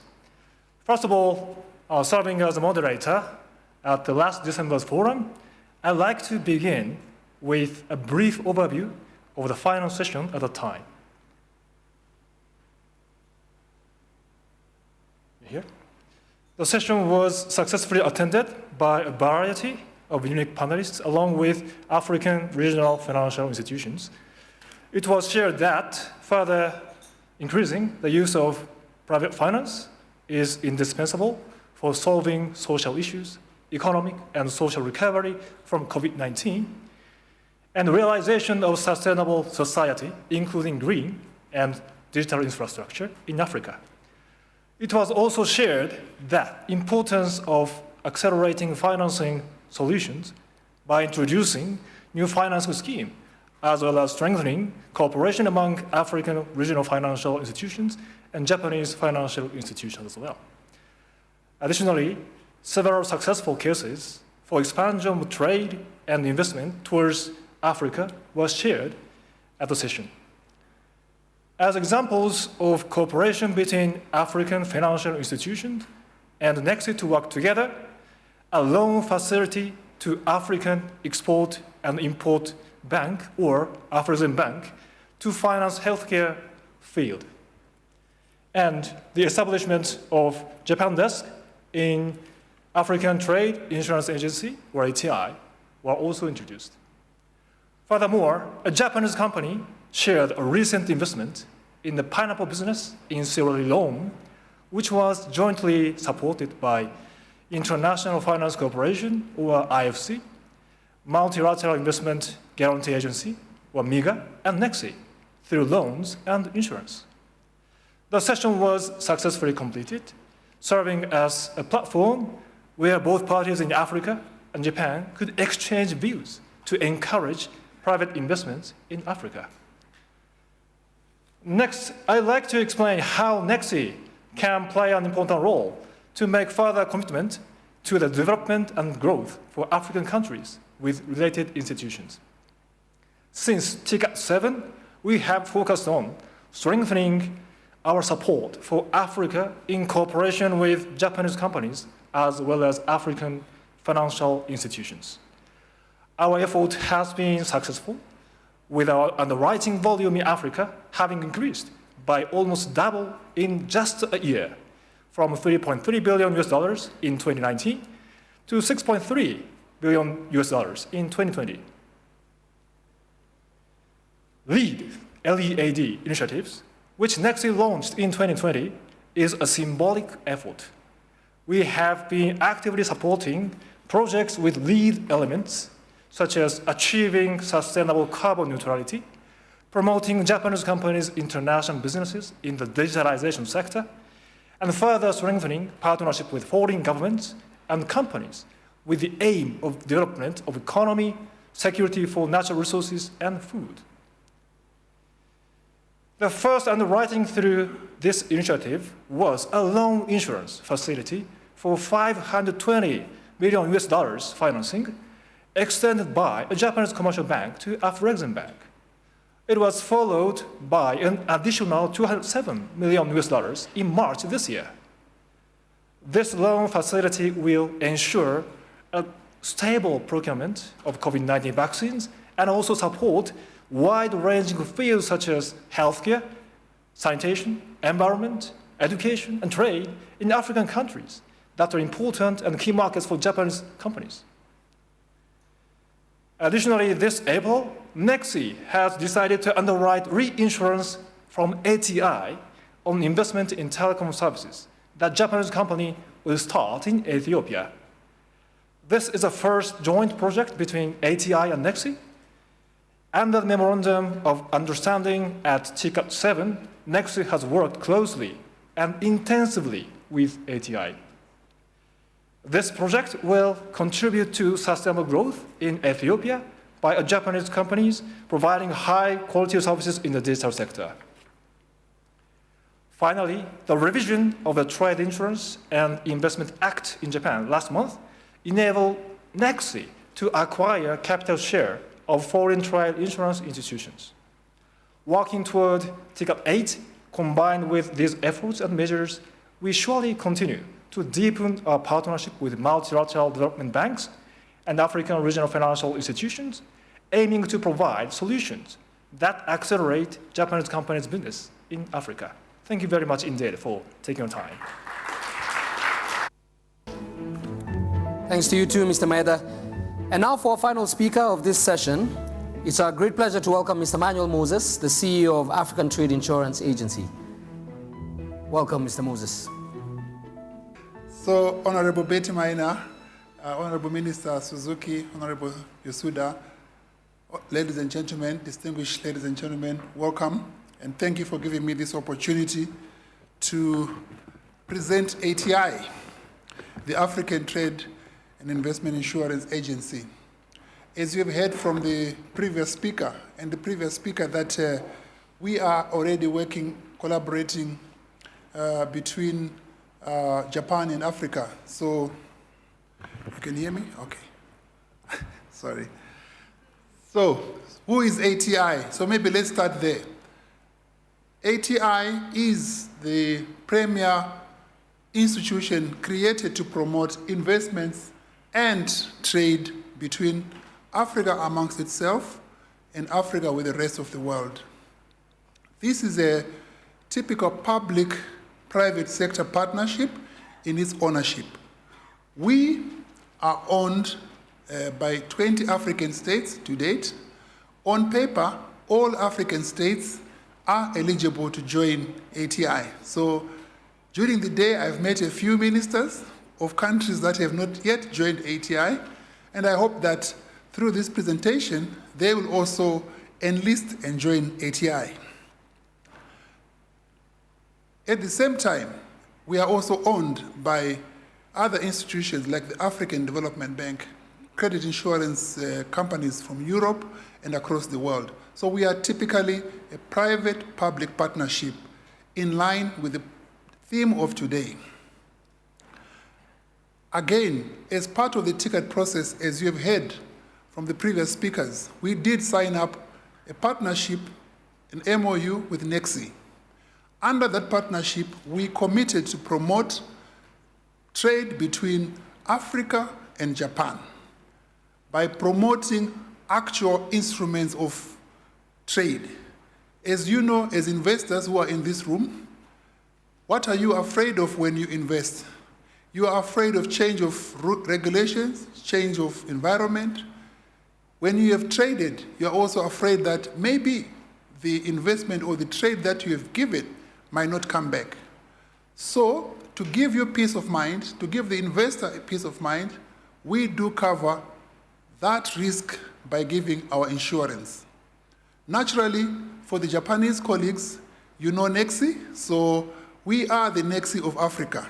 So you are bringing the best of NEXI and the best of Africa. As ATI, because we are owned by the governments, we have what we call the preferred creditor status. Now, preferred creditor status, in simple terms, is when a government or a country is going through a challenge and the payment that you are expecting as an investor is not coming forth, only preferred creditors are allowed to externalize funds in case of that situation happening. And it has happened during this COVID period that sometimes we've had to have rationing of foreign exchange, and this instrument that we provide proved to be very handy. So it is in our DNA to give the investors long-term peace of mind. We do cover, like I said, political and commercial risks. Now, in line with the MOU that we signed with NEXI, one of the arrangements was to create a Japan desk since TCAD 7.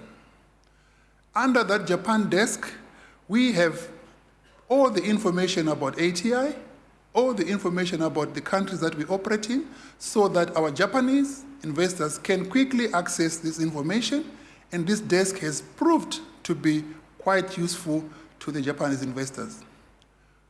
It is also useful to the African exporters because you are also trading with buyers in Japan.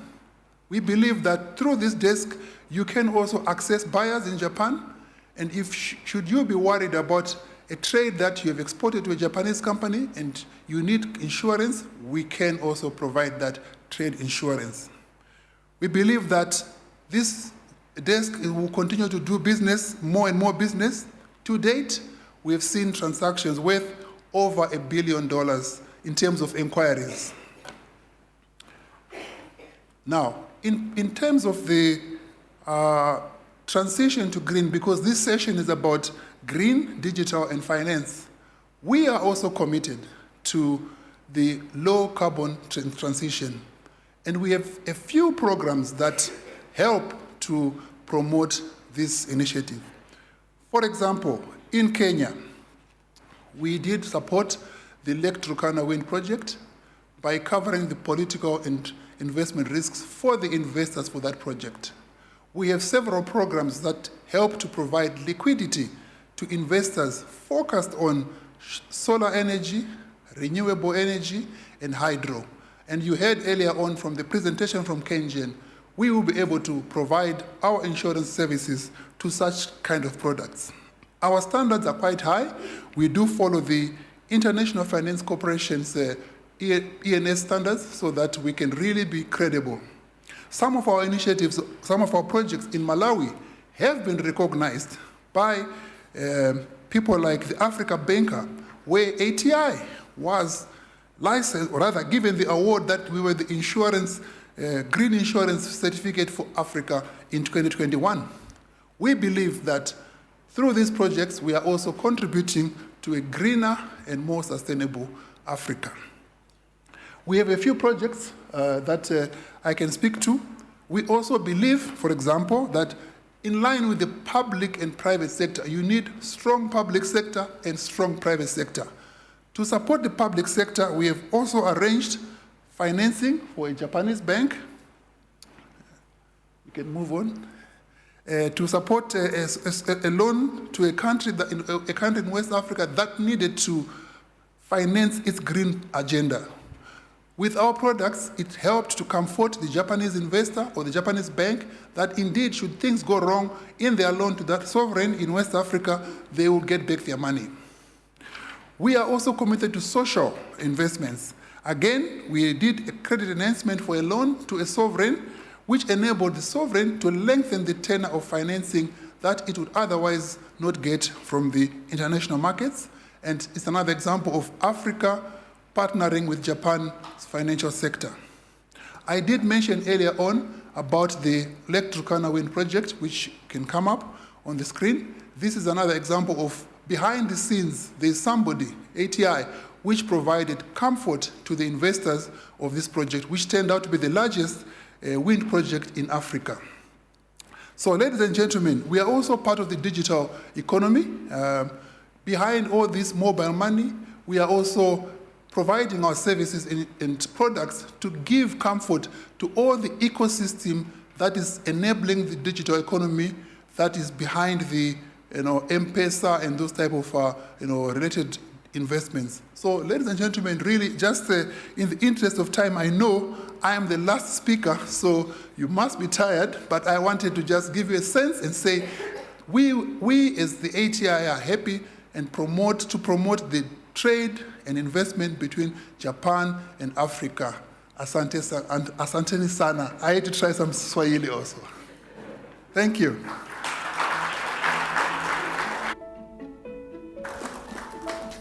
Thank you very much to you as well. I'd like to thank all the speakers of Speech Session 3 for the excellent presentations. We really appreciate it. Next, just hold on with us. We have just a few more minutes before we wrap up. Next, we'll move on to the topic of TICAD 8. We have only 3 speakers who will talk about TICAD 8, which is due to be held in August this year. And the session will give you a proper overview of the themes and objectives of TICAD 8 happening this summer. First up, I'm delighted to welcome back Ms. Takako Suzuki, who's the State Minister for Foreign Affairs in Japan. Welcome. Jumbo, how is that? Thank you. Honorable Ms. Betty Chemutai-Maina, Cabinet Secretary, Ministry of Industrialization, Trade, and Enterprise Development of the Republic of Kenya, and Her Excellency, Mrs. Neilo Gonzi, Minister of Industry, Mine, and Energy of the Republic of Tunisia, Mr. Hedy Ben Abez, President of the Tunisian Japanese Chamber of Commerce and Industry. Excellencies and distinguished guests, I thank the Chair for allowing me to take the floor. I'd like to renew my respect and heartfelt appreciation to Honorable Ms. Maina and the Government of the Republic of Kenya for their extensive cooperation in hosting this forum. At TICAD 7 in 2019, we placed business as an official partner for the very first time in the TICAD history, squarely facing important roles served by business in African development and expectations expressed by Japanese and African business sectors. To further encourage such trend at TICAD 8 in August, we would like to advance concrete efforts to further promote investment in Africa hand in hand with the distinguished guest here, you guys. Excellencies, distinguished colleagues, over the past quarter century, Japan has been working alongside Africa's development through holding TICAD. Despite the rapid economic growth of Africa, the vulnerability of economy and society still remains. Needless to say, the COVID-19 pandemic further made the social issues salient, such as widening disparity and environmental issues. The pandemic also made us aware of the importance of the investment in people and quality growth.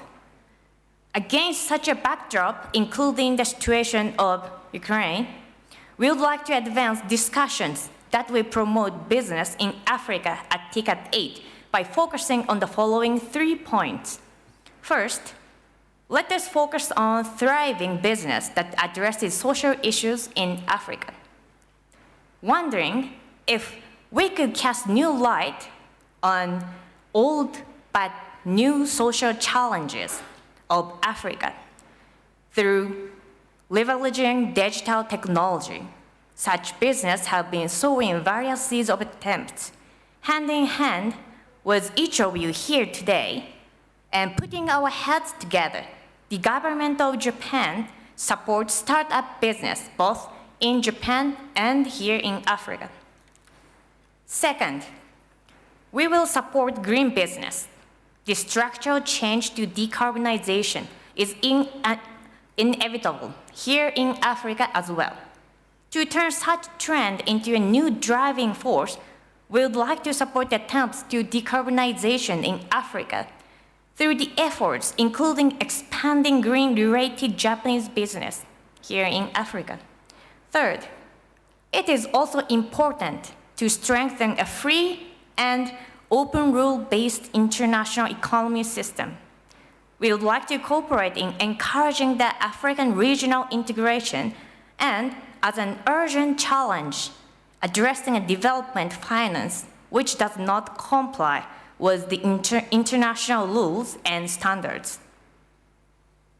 Excellencies and distinguished guests, building on these agenda items, fruits nurtured by the business community of Japan and Africa will also be discussed at TICAD 8 in August.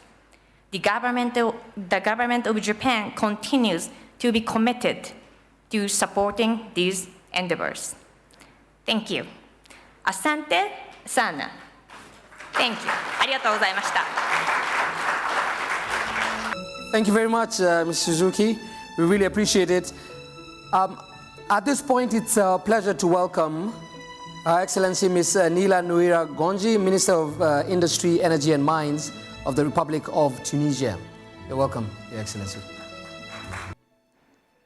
Excellence, Madame Maina, Cabinet Secretary of Industrialization, Trade and Enterprise Development of Kenya, Mr. Hosoda, State Minister of Economy, Trade and Industry of Japan, Mrs. Suzuki, State Minister of Foreign Affairs of Japan, Excellence, Monsieur le Ministre. Excellency, Minister, ladies and gentlemen, it's a pleasure for me to be among you today in Kenya, especially in Nairobi, this beautiful African city. I am honored to represent my country, Tunisia, in this very important meeting. Allow me, first of all, to thank the government of Kenya, the government of Japan, especially the Ministry of Economy, of Trade and Industry of Japan for his friendly invitation, and also that has given me the opportunity to take part of the activity of the second forum of public-private economic Japan-Africa. And I would like also to express my satisfaction that was considered in the organization of this meeting, and also that gathered a huge number of leaders as well as economic operators from Africa and Japan. I would like to thank them for their strong commitment in relation to the new partnership and cooperation between Japan, Africa, and the private sector. But I would like also to thank the Trade Organization of Japan and for their effort. They have they've given to bring together all these economic operator, African and Japanese. Ideas raised in these forum pushed us to take Japan as an example for a new cooperation, as a win-win cooperation. Ladies and gentlemen, this moment is being organized in a very good time. Then we should not forget the impact from COVID-19, as well as the conflict between Ukraine and Russia. And we also facing other challenges as different energy. As I would like also to add other challenges that Africa is facing, and I would like also to take into account any challenge related to population, as well as the need into infrastructure. The government alone cannot overcome all these challenges. We need a very strong contribution from the private sector, and a win-win partnership that could also take a different form. And with the importance as well that we look at the cooperation between Japan and Africa, as well as TICAD, to become an instrument that will enable us to achieve these projects.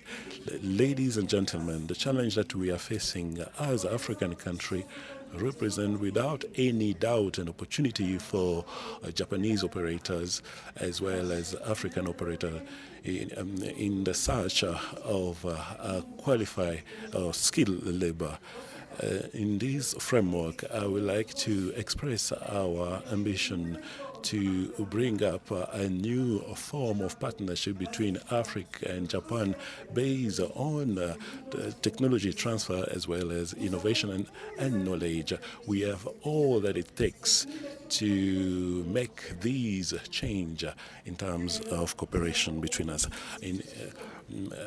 We also in Tunisia have a number of success stories and related to transfer of technology, and I hope that you will have the opportunity to learn about it when we will organize this event on the 27-28 August. Ladies and gentlemen, I would like to take this opportunity on behalf of the government of Tunisia that the preparation for edition TICAD are moving forward, and we have put all the means to organize these important meeting. We also appreciate the spirit of partnership as well as friendship with in terms of consultation that we are doing with our partner as Japan. And we will make sure to send you an invitation earlier on, as well as we will establish a website where you will get access to all the information. And it's important to underline that Tunisia has taken all the sanitary measures in order to control the COVID-19 epidemic. Ladies and gentlemen, TICAD will provide a new opportunity in order for strengthening the position of Africa, as well as a platform of investments in the Pacific and Atlantic area, as well as to put Africa in a global value chain of innovation as well as knowledge. And we believe that TICAD will become a forum that will change the different enterprise as well as investment, and these will create a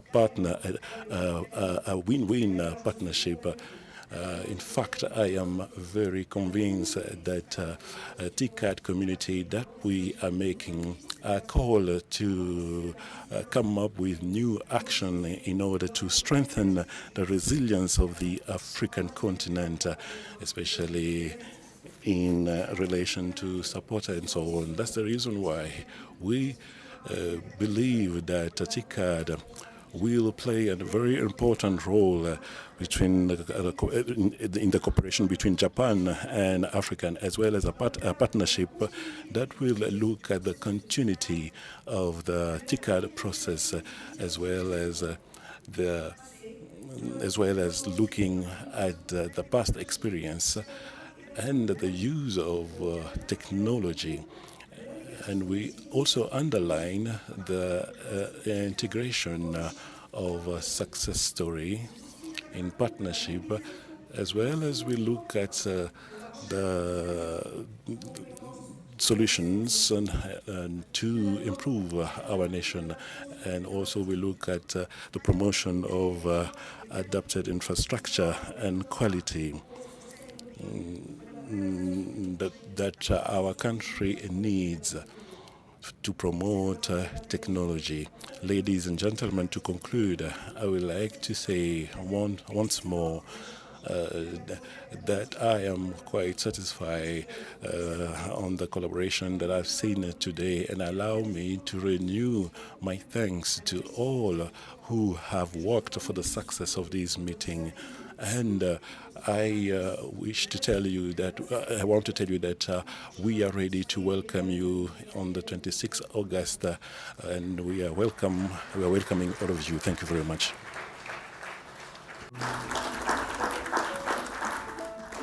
Merci. And now it's a great pleasure to welcome His Excellency Dr. Hedy Ben Abez, President of the Tunisian Japanese Chamber of Commerce and Industry.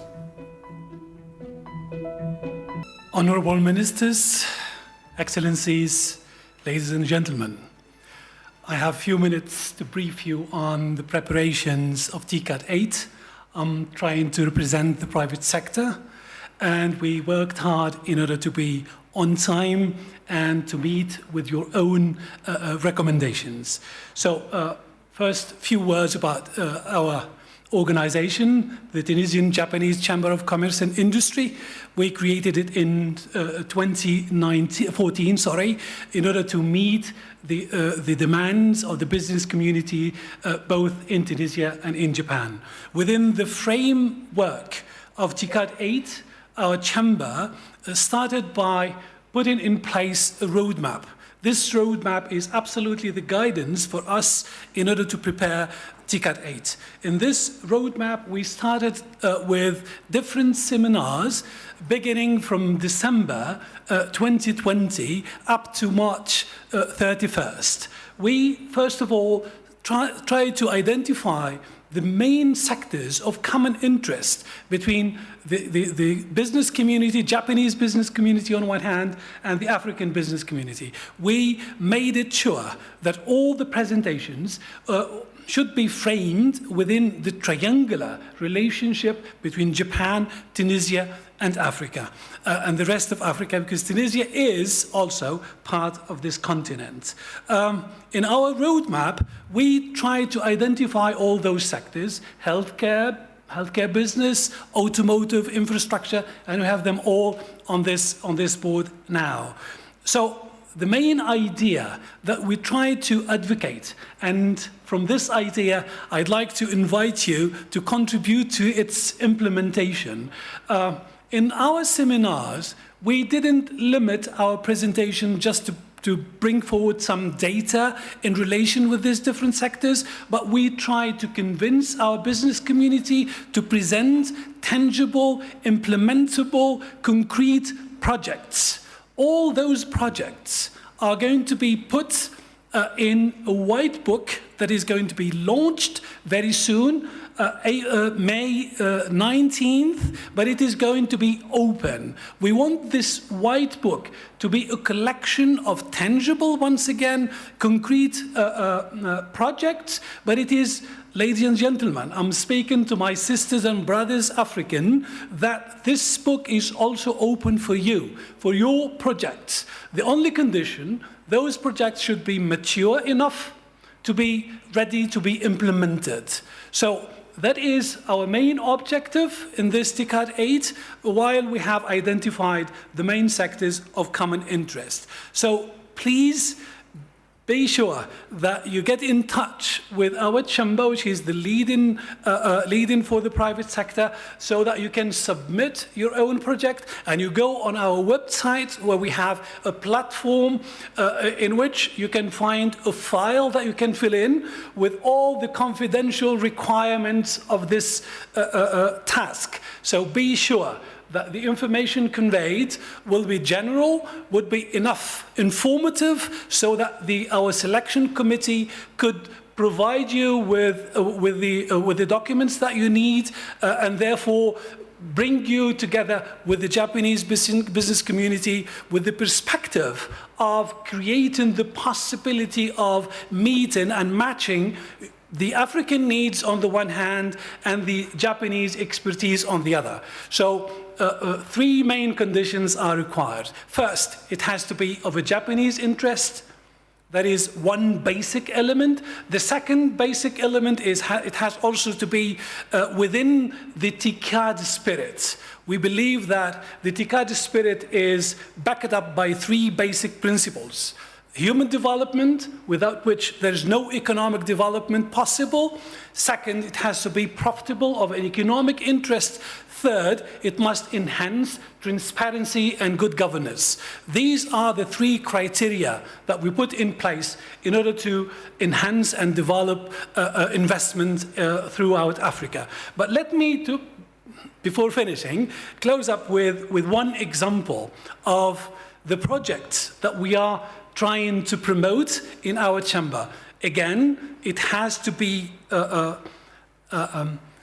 pan-African in a way or another.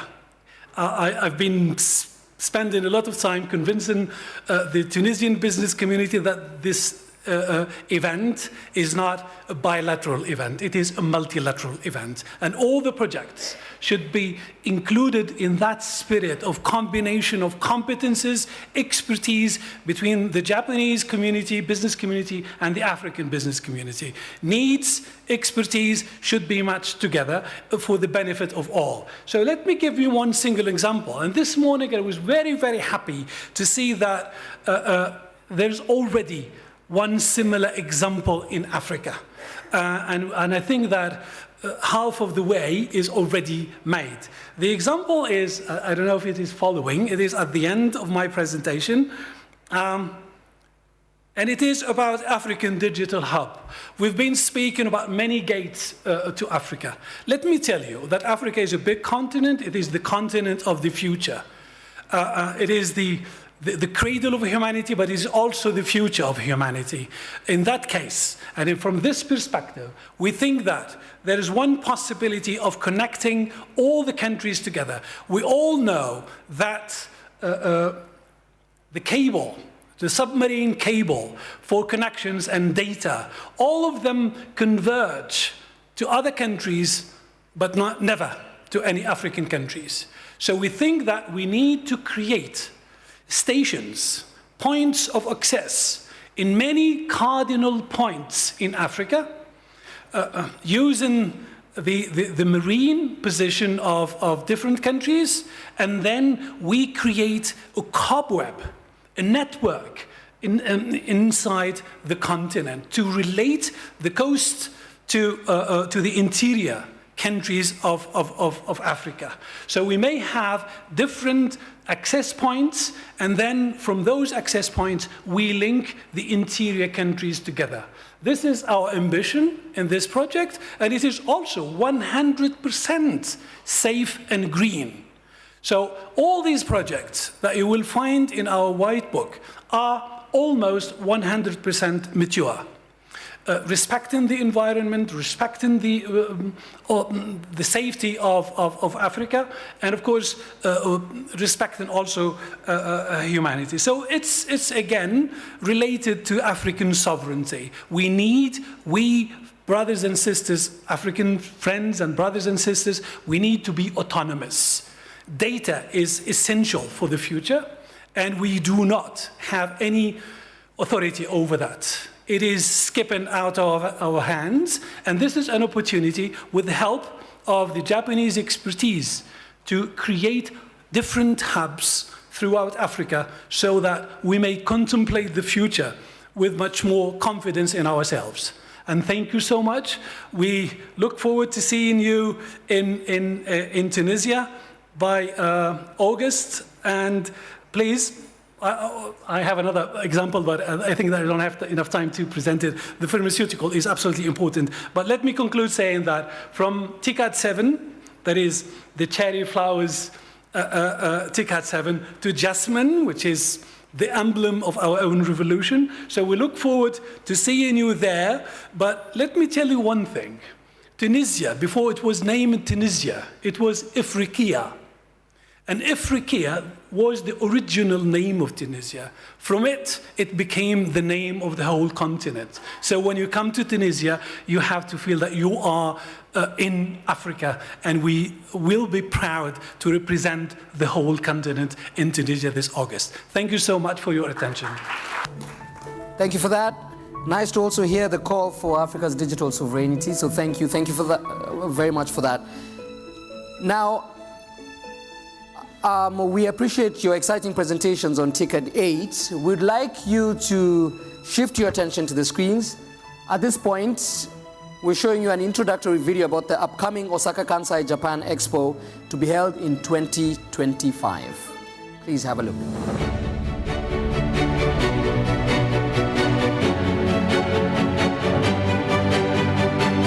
Expo. It has always been an immense laboratory that connects the world with curiosity and expands future possibilities. In the wake of the pandemic, the value of considering future possibilities have become higher than before.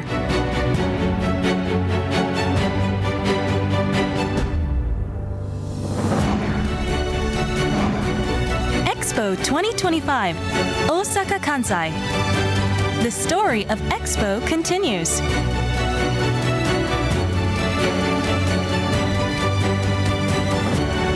The theme is Designing Future Society for Our Lives.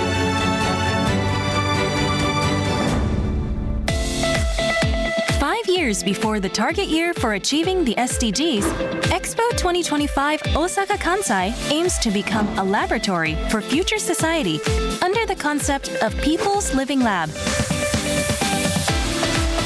In order to solve various social issues, we will demonstrate next-generation technologies and social systems for the future beyond 2025 and implement advanced technologies and social systems as of 2025. The opening of Expo 2025 Osaka Kansai is scheduled to be in 3.5 years. The preparation, including the construction of the venue for Expo 2025 Osaka Kansai, Yumeshima, overlooking the sea in Osaka Bay, is right on schedule.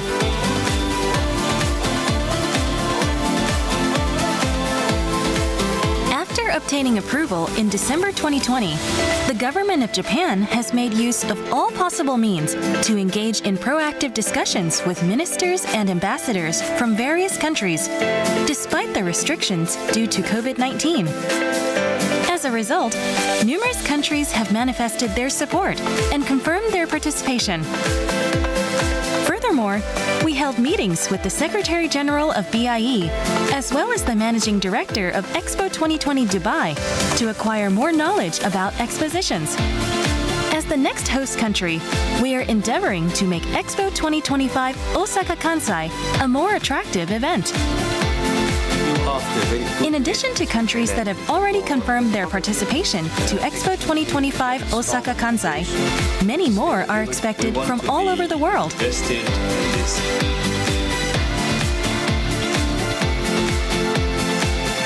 We have also held a variety of briefing sessions to call for companies and organizations in Japan to exhibit, to participate in projects, and to provide sponsorship.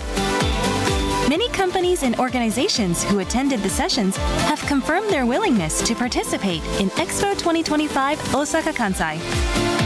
At the same time, activities of citizens groups have also begun, raising awareness among the public.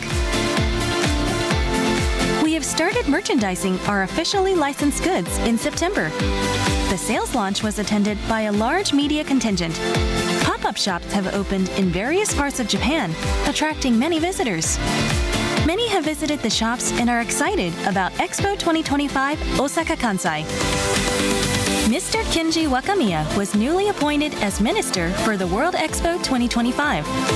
In addition, Mr. Koji Haneda was appointed as the government representative for the World Expo 2025. We are further accelerating our preparations.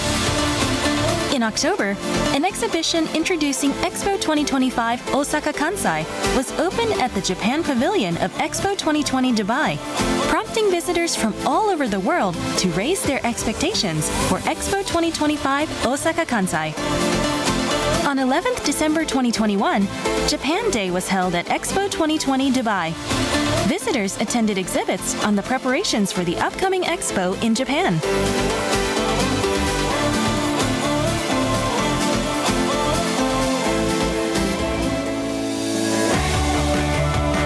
The world's challenges turn into hope for the future. As with all the previous expos, Expo 2025 Osaka Kansai will continue to update the future. You are welcome to join us. We sincerely look forward to your participation.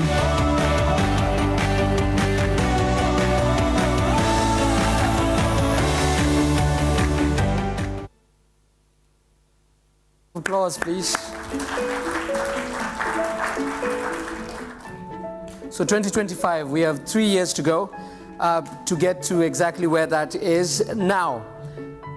We've come to the end of today's sessions. Once again, we'd like to extend our sincere thank you to all the speakers for their engaging speeches and presentations.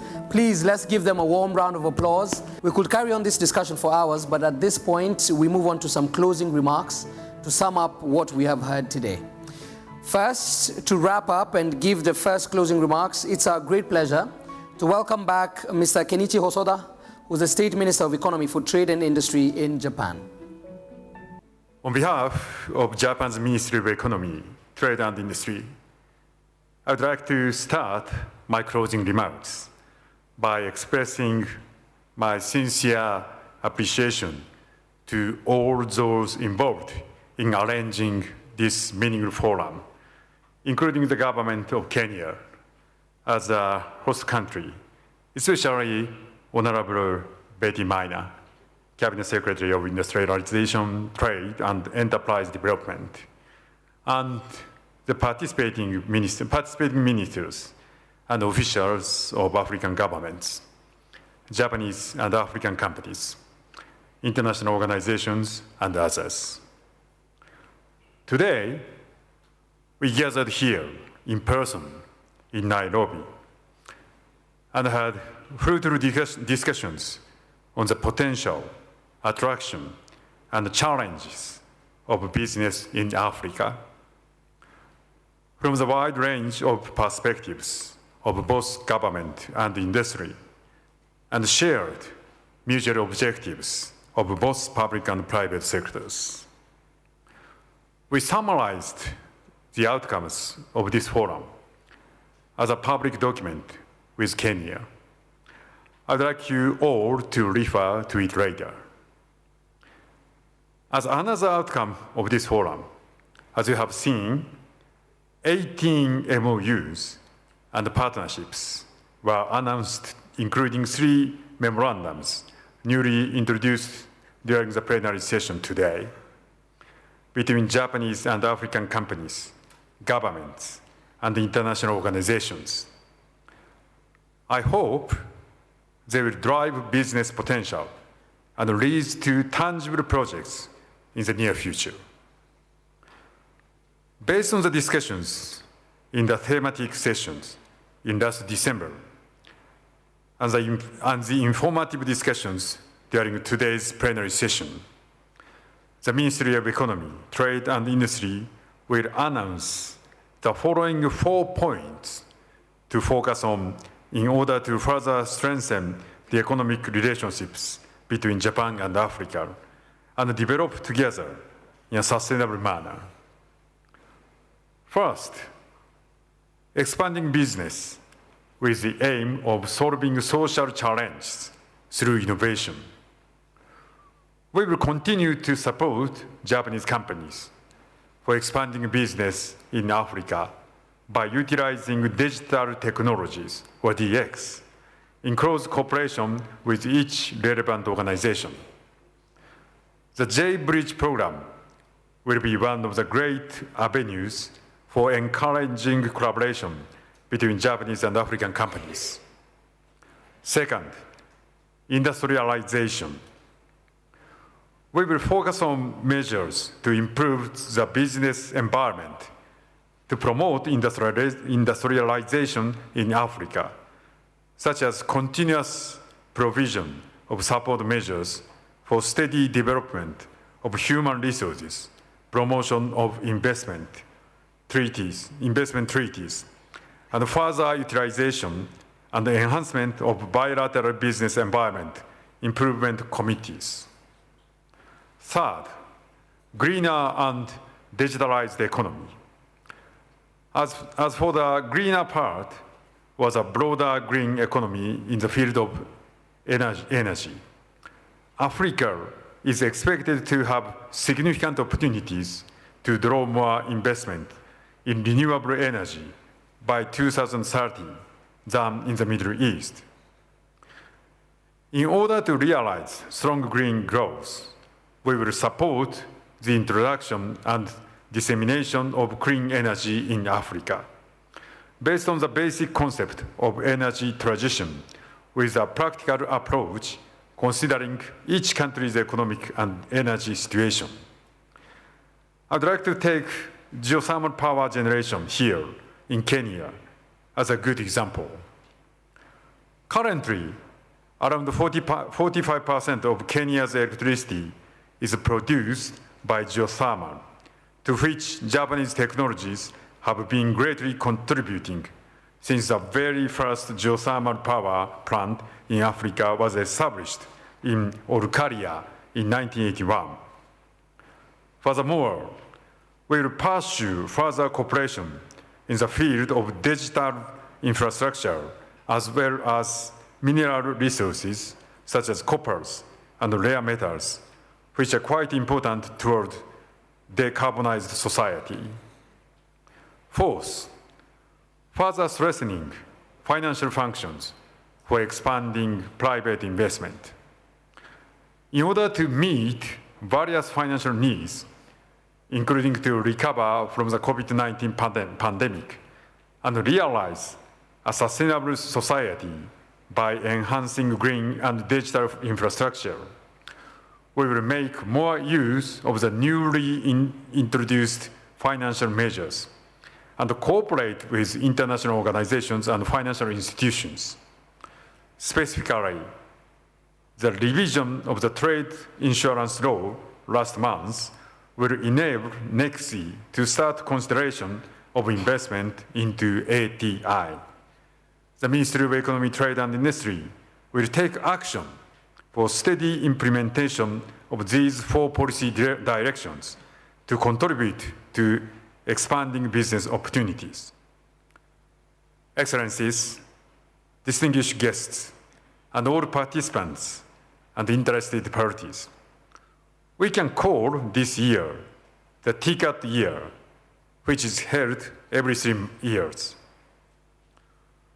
Let me conclude my remarks by wishing that Japan-Africa trade and investment will be ever more increased, leading to further prosperity for all, by taking the opportunity and the results of this forum as an important catalyst for growth. Thank you very much, again, for your participation. Thanks a lot. Thank you very much. And finally, we're delighted to welcome back Honorable Ms. Betty Maina, Cabinet Secretary for Industrialization, Trade and Enterprise Development of the Republic of Kenya. Cabinet Secretary Maina, welcome.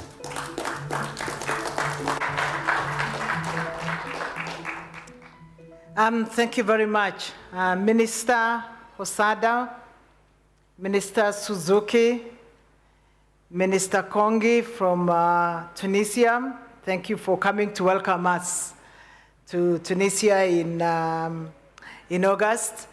And colleague ministers from Africa, all of you from the business community, we really want to thank you so much for honoring the invitation and giving us an opportunity as the government of Kenya to co-host this second private sector forum. We're very delighted to receive the reports of concrete projects and that have been concluded since we were last year in TICAD in 2016, and also from 2019 from Yokohama. So we really want to acknowledge that very great visible partnership with Africa that has been expressed by the government of Japan. And I am certain that we will go from strength to strength as we continue to deepen our relationship with Japan through these forums created by TICAD. We have appreciated and have taken note of the fact that all of us are recovering from COVID, and we're dealing with climate change. And it's therefore instructive that the programs that we are working on, the MOUs that have been signed today, are really MOUs and programs that will accelerate more resilient recovery from this pandemic. We have listened, and I believe the Japanese business people listened very carefully to the presentations from my colleague ministers, and you will appreciate that all African countries are committed to encouraging and enabling the private sector. We may be at different, at different levels, but the commitment, the African commitment and the realization is that we need resources from the private sector in order to realize the potential from Africa.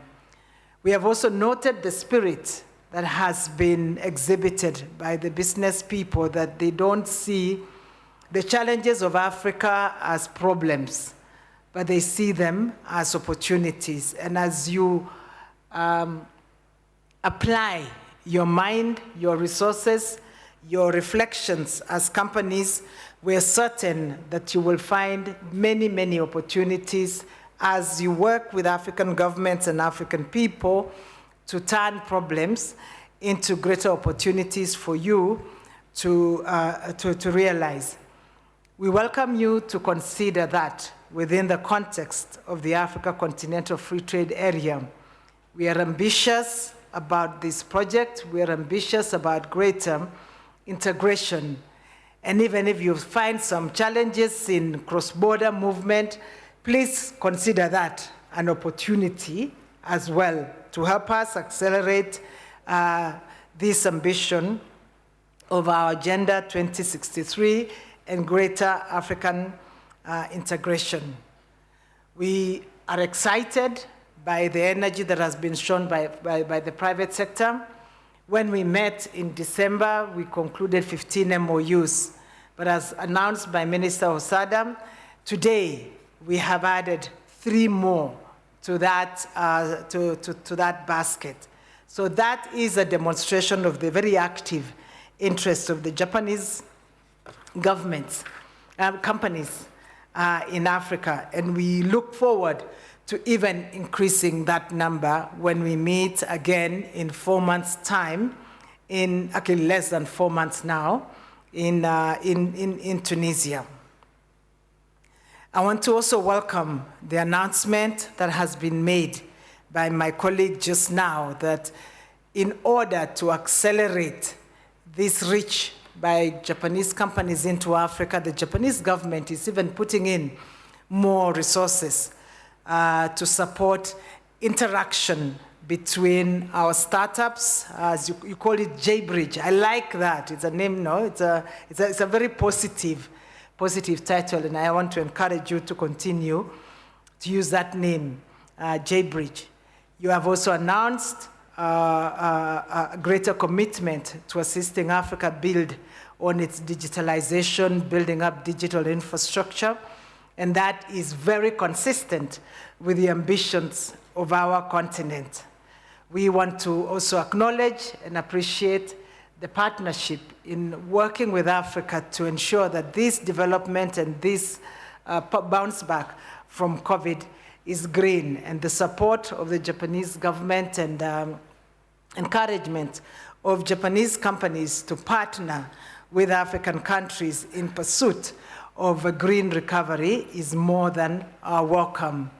This can only be realized by greater investments in skills and support to development of the necessary skills. So your other announcement around building up capacity and investment in human resource development in Africa is also acknowledged. And I'm using this opportunity on my behalf of my colleagues to say that that signal is very consistent with the priorities of Africa. And we appreciate the support that you're giving financially in this regard. So on behalf of the rest of us that have worked here, we think that this is a partnership that is a solid partnership that can bear fruit, and we look forward to deepening that. So I once again want to thank all of you for coming. I want to thank the private sector players that have come.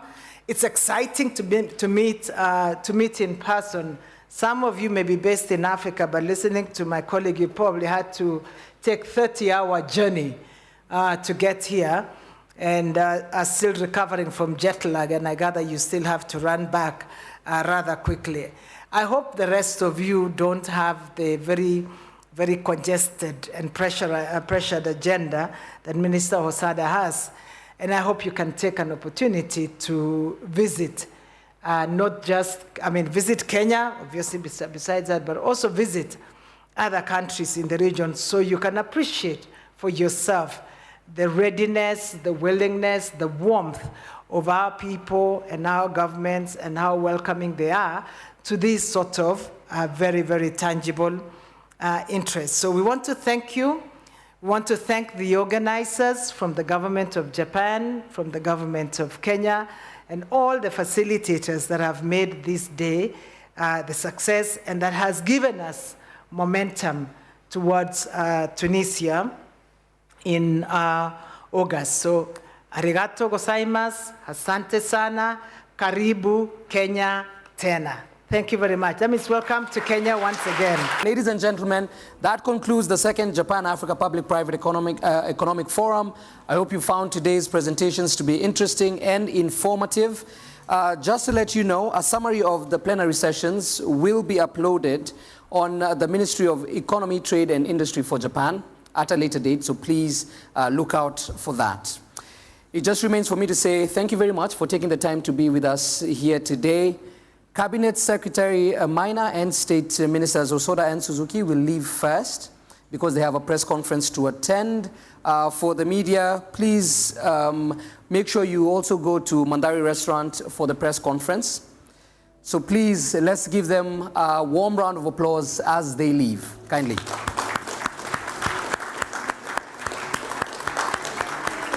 Thank you very much for your cooperation. I wish you all the best, and we look forward to welcoming you back in the future. Thank you.